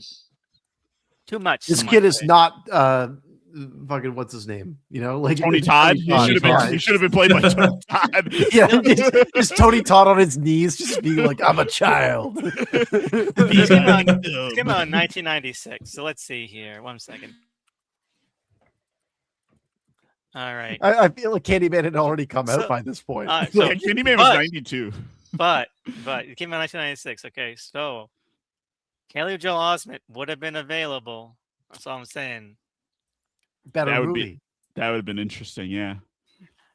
So that was I like would- 3 years before. Before Sixth Sense was Sixth 99. Sense. So, Yeah. So he'd be cheap. He'd be cheap. You know? Before they knew what they had. Exactly. Like how old would he even be? Because he was so 8. young in Sixth Sense. Like about 8. Yeah. Like 11 in Sixth Sense. So like Mhm. yeah. That's so strange. This like horror franchises that it has to be children and corn, right? and we're at the point now where it's like the labor laws and the budget are so constrictive to the point where they're like, oh, we've got a couple kids hanging around. We got them for a couple shots. We got them on the set. We He's like, can't even that's afford it. the corn anymore. Exactly. We We're showed at a the little point bit of where a field. Yeah. the location scout was like, we've got corn here, and they're just like, I'm sorry, I was too busy counting my money. The farmer will let us shoot for a day. A couple hours max. Oh, All right, thank God. We can get a kid like coming out of it towards Karen Black's house, I guess. But they can't touch the corn too much. They can't like crinkle it up too much, or else it'll ruin the harvest. Yeah, no, he has to Like the harvest that farmers shit. there. Be careful. Oh. Anyway, all the kids, due to fucking Madame Bathory thing to The Macarena. yeah, they fill a pool up with their blood, which is cool stuff. And I don't know. You just called it cool stuff. I just thought it was strange in the middle of this like movie. It's trying to be like a mood piece or contemplative. It's just like, anyways, here's like a long extended sequence where children do a blood ritual, and I'm like, why are we here for like 3 minutes? all right, okay, so to be fair, okay, so at this point, the movie has kind of run out of the things I like about it. Because I like Naomi Watts with a shot. Even though it's dumb, I do like just like Yeah. it feels like an episode of Supernatural where they're like, we put Yes. mercury in the bullets. Oh, and the shotgun okay, the red has the mercury, the black ones are like they're just regular. So okay. yeah, careful. You might just Useless. shoot some kids. and they put like mercury in the in the water tank, and it's okay. Would that hurt the kids? Mercury is poisonous in general. Yeah, it's man. not good Yeah. for like alive people. People are also weak to mercury, you know, like it's not just specific to this person. And they all have mercury poisoning. They're powerless about their heads. There's no doctor now to treat them. They're fucked. Yeah, oh no! Well, It's all they have is Naomi Watts going. I don't understand. I will say I really felt it. Again, I feel like some stuff there must have been cut out because it's just like 1 second they're stopping by that tank. I think like it cuts inside like to the kids and cuts back and they're filling up like the tank with the. But I'm kind of like wondering did something happen there because I thought the plan was just like they have like the shotgun, they're gonna do this stuff with the shotgun, and then suddenly it feels like they skipped over a beat or something. Mm-hmm. It was a sudden thing, and also like the idea of like mercury tipped shotgun shells, like that is a level that's a little more campy than this movie was promising. Yes, and right? the rest of the movie, it becomes almost like fucking Phantasm Supernatural. Let's be honest. Yeah, it feels like Phantasm too. Yes, exactly. I mean, like I said, the kills were already feeling like out of a different kind of horror, and we were tipping especially like, Marianne's kill. Dude. Yeah, the mercury shotgun is like fully embracing that. I feel like they're like, yeah, whatever. This is what we're doing now. Poor Donald. Anyway, so she has like a fucking sword fight with Josiah. She shoots him with Mercury. It's all great stuff. Put Duel of Fates over it. Yes. And like the fucking disco ball in the farm because it keeps flashing different kinds of light. What's the source of that light? What fire source is going on here? Because it's like red, blue, green, yellow, red. Like Jesus Christ. Same source as the music. You know exactly. Yeah. Okay, so yeah, nothing happens. It's a really boring fight scene overall. It's not very exciting. Sleepy horror movie. This is the point where you're asleep. Yeah. like you're like, okay, Yeah. I'm like you wake up and it's the credits and you're like, oh, I guess the movie ended. I guess like, they this movie really. I kind of like the way that Josiah's body kind of came apart. I think there was still some nice effects work there. Yeah, like he was melting. It was kind of cool. So was he alive? Is he like a zombie? I don't understand. Unclear. No, I mean, I think the idea was that he's supposed to be a wraith, right? Like, but then he also. I think that's right. Yeah. So there is a physical body, though. I Right. guess. And listen, I think like when they were doing the blood ritual, and this is where I got really confused. So I think This he was is where you got also- confused. Yeah, no. But Retract you until see, then. like as I understand it, he was in that same water bed. Oh my right? God, Like, you're right. He was and in that and- well. Yeah, he was in that, and then like he kind of flew out of it at one point, right? You see him, like splash Yes. out of it. So I was really like, wait, what? So what happened to the girl at that point, or where did the daughter go, or what's, you know what I'm saying? So he kind of flew out of there for no reason, and then he has a Equivalent exchange. I guess, yeah, and then like he has like the fight scene, right, when all the kids conveniently run after the father, right? So they're like, yeah, I just got kind of like. I'm not sure I was following like what was going on at that point. Also, the girl would have drowned to begin with at this point because she's been in that fucking water for like 10 minutes at this point. I've counted. Yeah. She does the Heimlich maneuver, chest compressions, and she's fine. I mean, at this that should have been the cliffhanger of like, yeah, she's fucking dead or undead at the end. Like you see, instead of like the brother who shouldn't exist, it's just the daughter picks up the locust and eats it or something. The one positive I can say about each of the Children of the Corn movies that we've watched so far is they have all wrong. attempted to do different things. Like they've attempted They're like to different kinds of horror, each one. Yeah, It's like exactly, Alien right? used to be.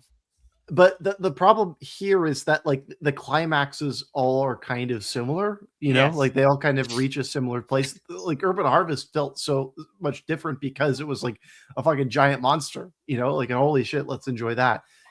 at this point, like I would have preferred like a kung fu fight, Yeah, like it's not- something different than this. It's just so like We expected, could and I'm get like, that in a whatever. few entries. I hope was we do. expecting Mhm. I was expecting a transformation. I actually thought like, okay, are we finally gonna see like Josiah take on a monstrous form? Because I thought like the opening scene was clearly hinting at that. Like there was some kind of a mutation, like stuff growing out of the back, It was right? because of the mercury poisoning. Duh. This is what Hey, RFK Jr. has been warning us about. While Well, he then, dunks yeah, she down like has a cup of mercury. she has the vision of him in like that Saturn like form. So like it's like, yeah, is he becoming like a demon thing, or like because he just looks like a zombie wraith guy? yeah, Cinema sin. Yeah, Ding. Like, you know what? This movie is fucking immaculately plotted. Okay, like it gets in, gets out. Like it's it's very Twilight Zone-esque. You know. Okay. You're watching Children of the Corn 4, which means you must have seen the first three. For how else could you follow such a highly cerebral storyline? You know, I know it's true because I think that we appreciate it more than people who see it by themselves would have. I want to meet Probably. like who are like the Children of the Corn series purists, right? Like, do they Me. exist? The Like, corn head.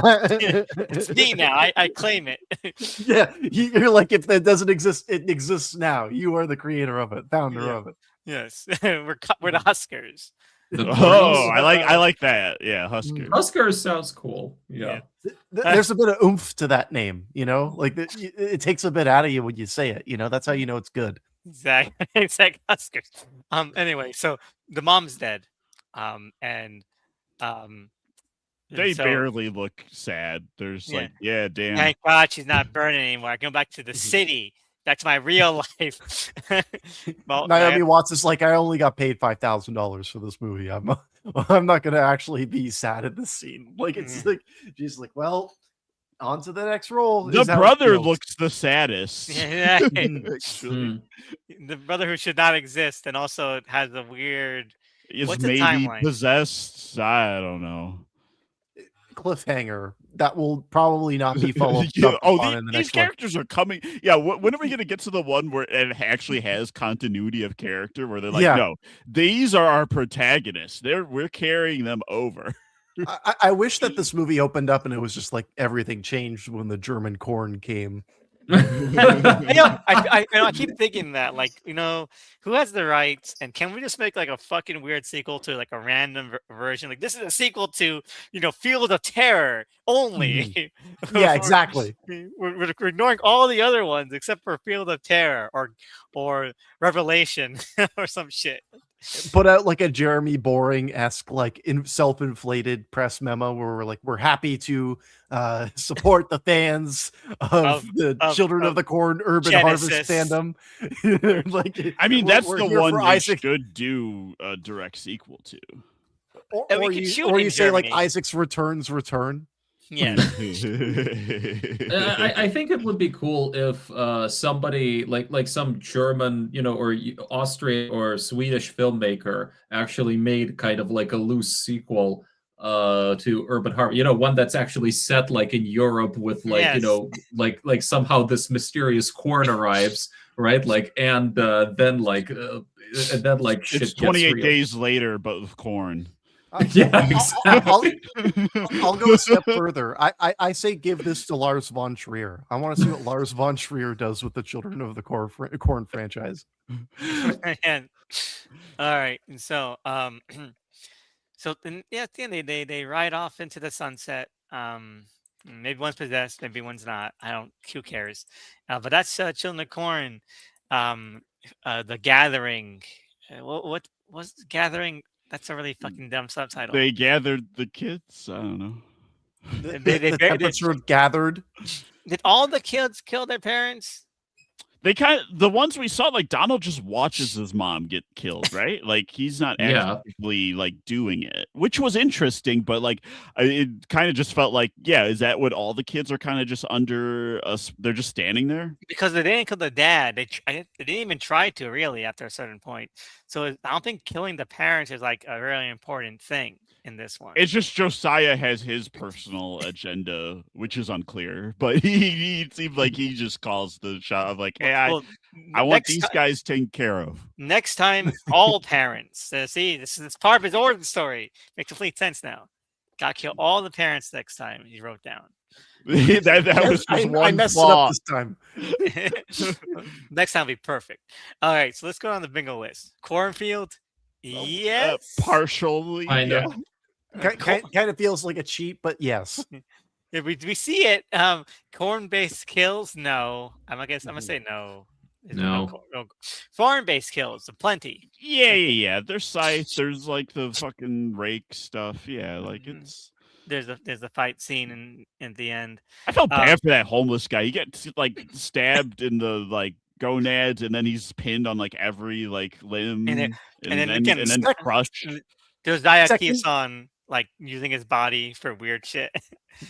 I was gonna say this is the second movie in a row where like a random homeless person is just like horribly killed in a way that does not seem like proportionate to what they are. He was just in the wrong place. Like, what was this guy's crime? He was thirsty. Oh no! He just wanted some water.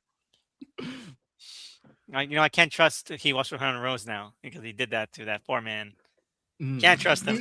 He who walks behind the rose is actually Gavin Newsom. All right, so he's pro still architecture. So brunette little boy who speaks weird? No, because Josiah did not speak. But we had those twins though; they spoke weird. Yeah, but like were they brunette? No, they were ginger. What? Yeah. Okay. All right, so Doesn't now work. prophetic drawings, no, but a lot of prophetic visions. So let's just do prophetic visions. Let's change up prophetic visions because No. We can't. We're moving the goalposts. Okay, so I'm at a new row then. Character who has the shining. A new row, a new he who walks behind the row. Oh my God, no! But no, let's put character that has the shining. We're gonna put that one. There should be an entry where he just does spreadsheets. Like he's like, he who walks behind the rows is really into Excel. All right, so he does a movie draft. So fighting kids. I guess. I mean, like the dad, like kind of runs. And she doesn't really fight like Josiah. She kind of blocks a lot. Someone should have been stopping. Someone should have punched a kid. That's all I'm saying. Yeah, it should have been the dad. He should have been decking kids. So we're gonna say no on that one too. He who walks behind the rows. Yeah, they got. Well, they didn't say it, but that's it. They didn't say it, but wait, the doctor kind of tried to, he didn't mention it. He didn't mention it. He didn't get through with it. He's a pussy. We don't give half points to intention. We're about action here. All right, bad possession FX. No, there's no like light painted on lightning or anything. Like the possession no filters. Wait a minute, but they did have the little girl in the dream, right? She was possessed, right? You remember that? That was she had like there was some sort of like she had like I don't know, like blood or like black stuff or whatever in her face. Yeah, you're right. I guess that works. Yeah.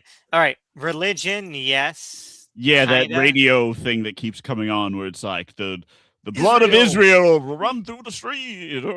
It's like the only thing. It's like, they keep repeating that same message over and over. It's a motif. It's a motif. The motif is that he who walks behind the row is a Zionist. I mean, maybe he was. Well, here's the thing, though. If he was, in fact, a radio preacher in, like, the 30s, okay, he might have been, like, like Father Coughlin or something. He might have been, like, a supporter of the Bund or whatever. Mm-hmm. All right, so let's see here. Next is climax in a cornfield. No, they're inside like a barn. It's in the barn, yeah. Choral chanting, no, that was also a shocking. And then killing the adults, I guess, but that doesn't seem to be the plan. Doesn't seem to be like half-heartedly. Like they kind of don't care about that.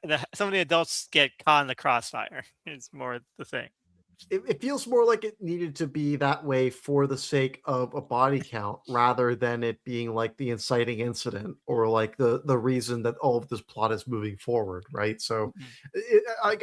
I'd almost say like that's debatable, you know, I could go either way on that, you know. Because it doesn't feel like there's any ideology, like because like there's a belief system in the other ones where it's like no, adults are evil and like we can't trust them, and like this it's just like yeah, they were in the wrong place at the wrong time kind of deal. Because ghosts from like the 1930s or something want to kill the present day people or whatever for some reason. Something Yeah. they Yeah. need You know, that girl. some sort of revenge, but I think that would be too. That'd be too Nightmare on Elm Street, and this movie is definitely trying to do a Nightmare on Elm Street kind of thing. Oh, 100%. But then it just feels incomplete because the fact that you have those sisters being like, "Oh, boys, come home," and then no follow up. I'm like, "Oh, okay, weird." Very weird. Anyway, so I gotta say, Tony's exactly right on the money. Sleepy movie, but I just appreciate it. Feels like a breath of fresh air a little bit. Just going for more kind of downbeat, suspenseful kind of tack, even though it doesn't really stick with it and definitely doesn't stick the landing. I did like that kind of change up, you know, Mhm. with the tone. I did appreciate it a lot. But yeah, I'm with yeah. you there. I think like I like the fact that each movie feels different, and Mhm. even though this one is a downtrodden and I would say like kind of like like I'd say I said before it was like the least interesting, and I stand by that in the sense that not a lot happens. But like I didn't hate my time watching this. I wasn't like mad watching this. Like Right. I would say Children of the Corn 2 is probably the worst that we've seen so far. Yeah. We should probably Yeah, do rankings, right? Look at a list. Oh, that makes sense, of course. It's probably, I forgot, like we should probably be doing rankings. But yes, go ahead. Yes. I mean, my thought is that I like that this movie actually has a sense of mystery. I find that 9 out of 10 genre films made in the United States, it's like there's like a stigma, they cannot have any mystery. They always want to present like give everything away up front. So I kind of appreciated the fact that this movie actually no, you don't really get what's happening at the Right away. beginning. It's a little bit more. You get a lot of sense of a dramatic irony there, and seeing their reactions to things that we are already well familiar with. You know, I completely agree. I like it. I think that works. But Doug, you were going to say something? No, I was just gonna say, like, yeah, it's definitely not the worst one. It has interesting ideas in it. They just don't connect. And there are by the time you get to the end, it's just completely out of steam. But there are points where it does feel like the director does have ideas visually of like certain images or like things he wants to try. Like how effective those are, questionable. But like it's like does feel like that there is like an effort in certain like I like when there's the transition from I think is the brother to like the moon like it like his Yes. face turns into the Yeah. moon. I was like, oh, that's a fun transition. Yeah. I completely agree. I want to add one more thing. Mhm. I really liked the use of smoke machines or fog machines or whatever they're called. Because Mm. sometimes, they do these spooky sequences, like I think the Josiah is like in the barn or whatever, and you see like all the smoke start to show up. And I just want to say I miss the presence of smoke machines, right? Because they always give you some kind of atmosphere. The light, Mm. like the way the light like falls, it starts to get like diffused and everything, right? There's a They don't texture there. Exactly. They really don't do that anymore. I think with like digital cinema, we kind of lost some of these techniques that used to be pretty commonplace. You know what I'm saying? Yeah, I completely agree. That makes total sense. Yeah, Uh, bring back real fog. Come on. There are a couple things I wanted to say because I feel like we're rounding out now. Yeah, There's two yeah. things I wanted Go to ahead.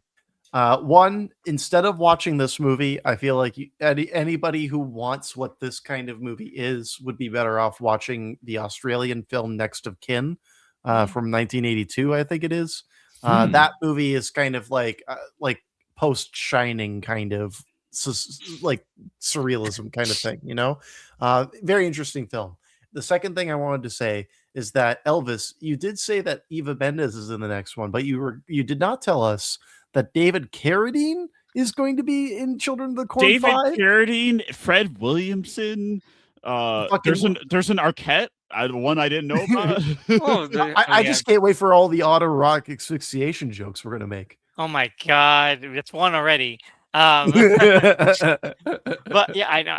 I thought it was funnier because that they would say her because everyone else you kind of expect to be in Children of the Corn 5.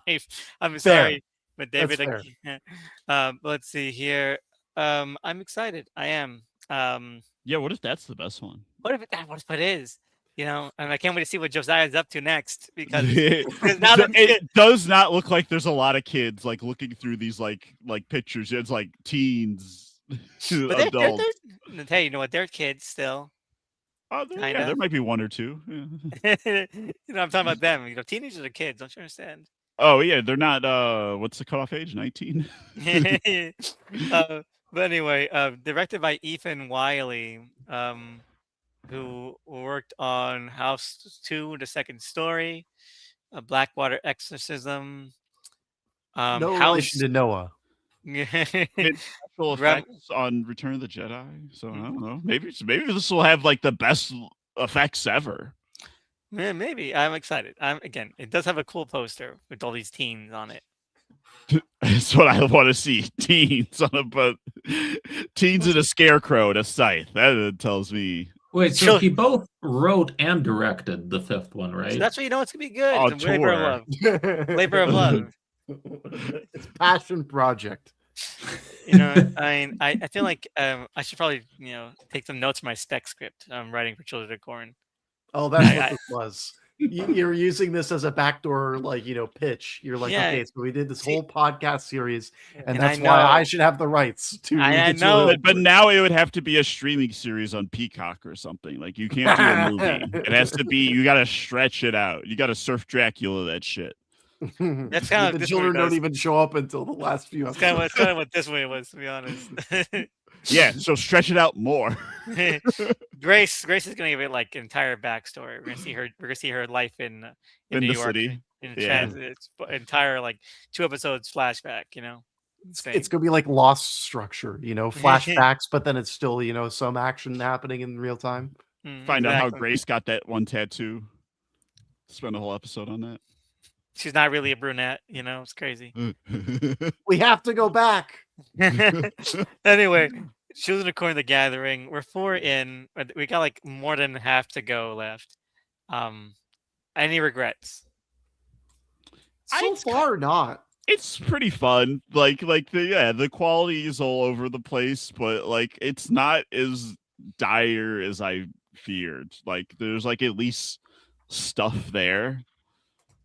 Yeah, it's funnier to joke around about how torturous it is because, like, right now, at least I'm interested in what these attempts are. Now, as you said, like we're less than halfway through. I can imagine this getting like rather laborious later on. Yes. But at the same time, I'm having fun still. There's still intentionality here, and I'm interested in seeing how the light leaves the eyes of this franchise. I mean, at this point, you gotta be honest. Like we were like gasping for air with Scream, which is funny to think. Yes, that's true. Hey, wait a minute. Wait a minute. The 9th one is directed by John Gulager. Oh my god. Yes, John Gulager. Now, which one is 9? Because they stop using numbers after a certain I think that's the one right before I think that's a Revelation or some shit. No. Runaway. I just looked it up on Wikipedia, like the table for the entire series. And I'm just like, wait a minute. Like, so Gulager directed the 9th one. That makes it already like interesting because he did the Feast trilogy. So we need the guy who did the Cremaster trilogy to make this. Jesus Christ. And John Gulager is like he's a fun guy. He's a fun guy. Yeah. No, I mean my sort of plan right now is to maybe tap out after Isaac's return. But now because like Gulager's, I'm like, okay, wait a second. You gotta stick around for Gulager, Yeah, man. hey, to be fair, Project Greenlight season 3 is one of the best reality show seasons ever made, and partly because of John Gulager. I love it because like the Ben Affleck and Matt Damon are like, this guy's short film was really good. We gotta hire him, and they meet fucking John Gulager. It's like, what the fuck did we do? What the fuck did we do? And then you can see the light leave from Ben Affleck's eyes the moment he meets John Gulager. Like, But you know, it was like maybe the only worthwhile movie that came out of that whole Project Greenlight. experiment. No, because that's the thing, because I think that's why Project Greenlight season 3, which if no one's seen it, it's definitely so good. It's so good to watch. Like you don't even watch any other season, but any other seasons, like you do all this time and effort to make a movie that just ends up being fucking boring. And then they do Feast, and Feast is like a really fantastic season of television. And the movie ends up being, okay. Moderate success. Yeah, so it's like nice to have a little happy ending. And then the other one's like, we put all this time and effort to put it into a Shia LaBeouf coming of age movie that no one can even fucking remember the name of. Battle of Shaker Heights. Can you remember that? Who even knew what I was talking about? I was thinking of a different Shia LaBeouf movie. I didn't even think. Yeah. When you're 17, every day is war is the tagline. Kill me. We need to get to the point where like A24 just like straps a behind the scenes camera crew to all of their productions, so then they could just do this with all of the fresh faces that come from A24. Like how amazing would a reality TV show about A24 should just reboot Project Greenlight, because they tried to do a reboot, right? And they came off and again that no one fucking remembers. But A24 I think would probably be a really good thing to do Project Greenlight with. They either remake that or they remake Catfish. The problem, I think, is unfortunately there isn't as much of a market for elaborate behind-the-scenes documentaries like that anymore. They don't really put them on Blu-rays, and I mean, you get maybe just like one interview with somebody that's kind of like that's given a name, so it sounds like a featurette or whatever, when it's not and like the documentaries, when they do come out, they're really rare. Like you have to find somebody who is willing to devote like 3-4 years to actually going into this stuff, right? For something like RoboDoc. So I would love A24 to do that. I highly doubt though they would want to spend the time or the money for it, sadly. Unfortunately. Kumail Nanjiani was on the Greenlight reboot. Kingo himself. Why? Does he have money? Go to any Toys R Us and you can find his action figure still sitting there. I have his Lego, so I win. I win. You're the king. Oh. We need a sequel. We need a sequel to Eternals. Yeah, I mean, they left some pretty big things up in the air. No. I love the Eternals. I think Eternals is actually really one of my favorite MC movies. I don't want a sequel at all, because I also think that it was a stupid idea for there to be more than one issue of the comic as well. I love Jack Kirby, but it showed me one issue and that was it, because they both bring up really great stuff, but like one, there's no way to capitalize on it in a satisfying way. So just end it here and then never bring anything up again. And that it works. Including the post-credit scene with Mahershala's voice. Don't follow up with that. No blade. Only one blade. That's what Wesley Snipes said. I want to know what like Mia Goth's perspective on the whole Blades thing was, because like she was going to be the villain, right? Yeah. I just want to hear Mia Goth tell that story. She's just like, I was in this Blade movie that never existed. Like I just want to hear her explain that. Anyway, Children of the Corn. Can't wait till we get to the Kurt Wimmer reboot or remake. Oh my God. Wait, Kurt Wimmer did? Oh my God. Yeah, 2020. I hope there's like gun kata. The one that like took 1 billion in years to come out, because it was like filmed like 3 years before it came out. Oh, that's right. Yeah, it sat on a shelf. But I think it's gonna be good. Elena Kampouris is in it. The chick from the last two My Big Fat Greek Wedding movies. I only saw the first one. I keep forgetting there's sequels to that. 3 is not worth it. 2 is worth it. 2 is pretty good. Okay. I didn't No, even know Nat there was Wolff three. is I in- thought there was just two. Nat Wolff is in 2. Oh, well, that was cool. Or Alex Wolff, the other one. Yeah, I get them mixed up. They're both good. That's a lot of feta. So is it just so does anybody else think it's a little weird that Children of the Corn kind of that it's a 90s horror franchise? I mean, the first movie was like in 1984, right? But it doesn't Yeah. become like a long-running franchise Until until the like 90s. until the 90s. And it's fascinating. It's like 6 movies in the span of what, like 8 years apparently. It's because of the home video market, right? Like in the 80s, it's a very different beast from what it is in the 90s, right? And in the 90s, there is this massive need for a lot of content, right? And they were like, okay, how do we do this? Okay, so we need to make horror movies. Okay, what are we going to do? Okay, we got to find horror movies that we can make on the cheap. Okay, well, here's Children of the Corn, right? A movie that was a relatively big hit for how much it was made for, and the rights are dirt cheap, and it's connected to Stephen King. I feel like that's the exact reason, you know? Yeah, that makes a lot of sense. I hadn't thought of that, but still though, it's just like I think I remember being under this impression even that that horror in the 90s was supposed to be dead. Now I'm like thinking about no, wait a minute. It sort of moved maybe out of the theatrical marketplace until I guess after 9/11, but a lot of horror in the 90s I guess was more like direct to video. But no, there's a lot of production ultimately. Before Scream, there was a real identity crisis with horror, right? Like you had things like Dr. Giggles, I feel like is a great example of like pre-Scream horror, where it's like, is it, going to be more goofy? Is it going to be a bit more salacious, right? And then it turns out, no, okay, we're going to go more like the CW route, where we're going to infuse more of a thriller element to things. There's going to be interpersonal drama intermixed with the horror. That's going to be a big part of it. The thing is, horror never died, right? It's just like different kinds of exploitation. And I feel like this is just an example kind of similar to like Trauma, right? Like Toxic Avenger. I'm sure that you don't need a million sequels to the Toxic Avenger. How dare you? I'm sorry, Elvis. I know that that's close to your heart. But at the same time, you know what I mean, right? Like there's a desire there. There's a hunger for something, right? And it's up to them to fill it in. And that's actually part of the reason why horror was in such a dire place, right? Like this idea of like straight to DVD stuff is cheaper and lamer and cheapens the genre itself in the process. But as we've seen over the years, horror has just persisted. That was never true. Yeah. Yes. Right. It's become legit. I mean, like horror movies can win Academy Awards now.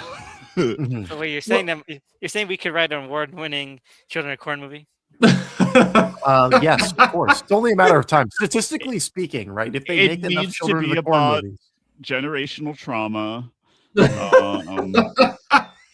A lot of the other ones skirt around the race thing, so we'll tackle that head on. A lot of the ones, circle around the sex thing. We gotta tackle that head on. Yeah, we'll just do it all. It's about Epstein, kind of. Oh, that's a great idea. That's a great Isaac idea. Epstein? Mhm. Oh. Jeffrey Malachi. Oh my god.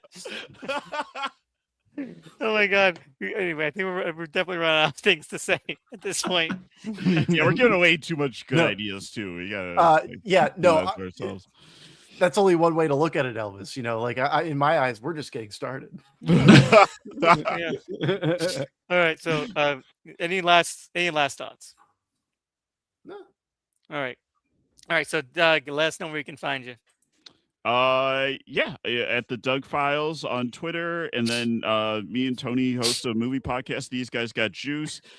We've been doing pit coverage. Season's gonna be wrapping up soon, but check out that. And then we've been covering a lot of cool movies. Like you can see there, my pinned clip is from Bulworth. We did a Bulworth episode. I just posted in the Loop episode we did, and we got a a lot of other cool stuff coming out. And also plug, I've nothing to do with it, but the show DTF St. Louis fucking Yes. rules. Yeah, he rocks, man. Stephen Conrad. If I wasn't doing this, I would be binging Patriot right now because I'm like, I need more. I need to mainline Steve Conrad. Patriot is like one of the best shows ever fucking made.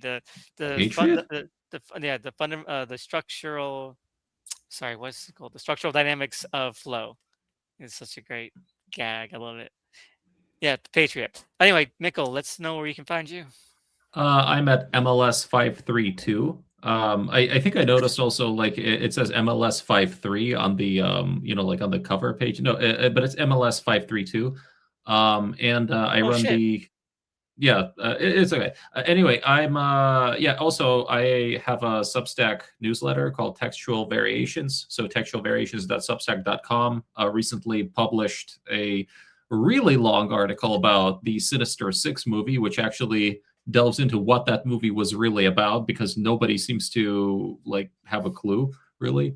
And I'm hoping to publish an even longer article about Morbius and what happened to that film, hopefully before Brand New Day comes out in July.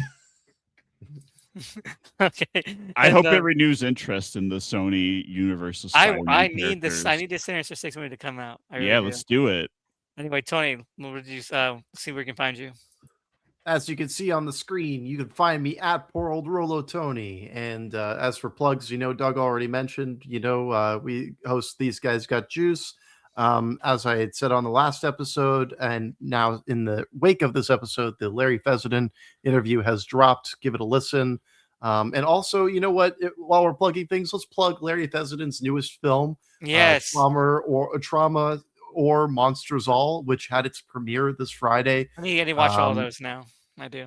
Now is the time. Now is the perfect before time. That shitty mummy comes out. Both of them. Both of them are complete. Both of them are going to be fucking crap. We all know it. I don't think that Cronin's mummy is going to be any good, but I think that Brendan Fraser will carry a new mummy, and so would Rachel Weisz. But it's so stupid that they don't get Stephen Summers back. Why would you bring Rachel Weisz back but not Stephen Summers? Because now you'd be like, now we have Rachel. See, the Dragon Emperor is the one without Rachel Weisz. Now the new one's going to be the one without Stephen Summers. Like, what the fuck? Well, wasn't the third one also without Stephen Summers? Yes, that's why. Yes, that's why there's different pedigree about the one we know for a fact that he that no one can make it for him. I don't trust the radio silence, guys. I don't. We should talk about the Mummy. That and the Scorpion King and everything at some point. Let's do all of the Scorpion Kings. The Scorpion Kings. There's like 4 of them. Jesus, there's like Christ. 5. Man. Okay, but we have to start with the original Universal Mummy. Then we'll do all of them. Yes, I like that idea, Doug. And then the Hammer horror ones, clearly. Yeah. Exactly. No, they're not canon. They're not. That would be a lot. There's like 5 of those too. It's fucking great. Mummy rocks. I don't like they're making a zombie movie. I'm bringing it back to Larry Fessenden, damn it. Everybody go and watch his films. Yes. Watch Habit, watch Depraved, watch Blackout, and then get ready for his newest film because it's exciting. And, beyond that, we'll leave it there for my plugs. That's all. All right. Well, thank you guys so much for joining me again for more Children of the Corn.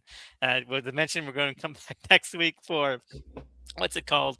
Fields of Terror. I'm terrified already. I'm scared. I'm scared out of my fucking mind. That sounds like a B-side from like a Bruce Springsteen album or something. Like Fields of Terror next. In the Fields of Terror. Anyway, see you guys. See you again next time. Goodbye. Bye.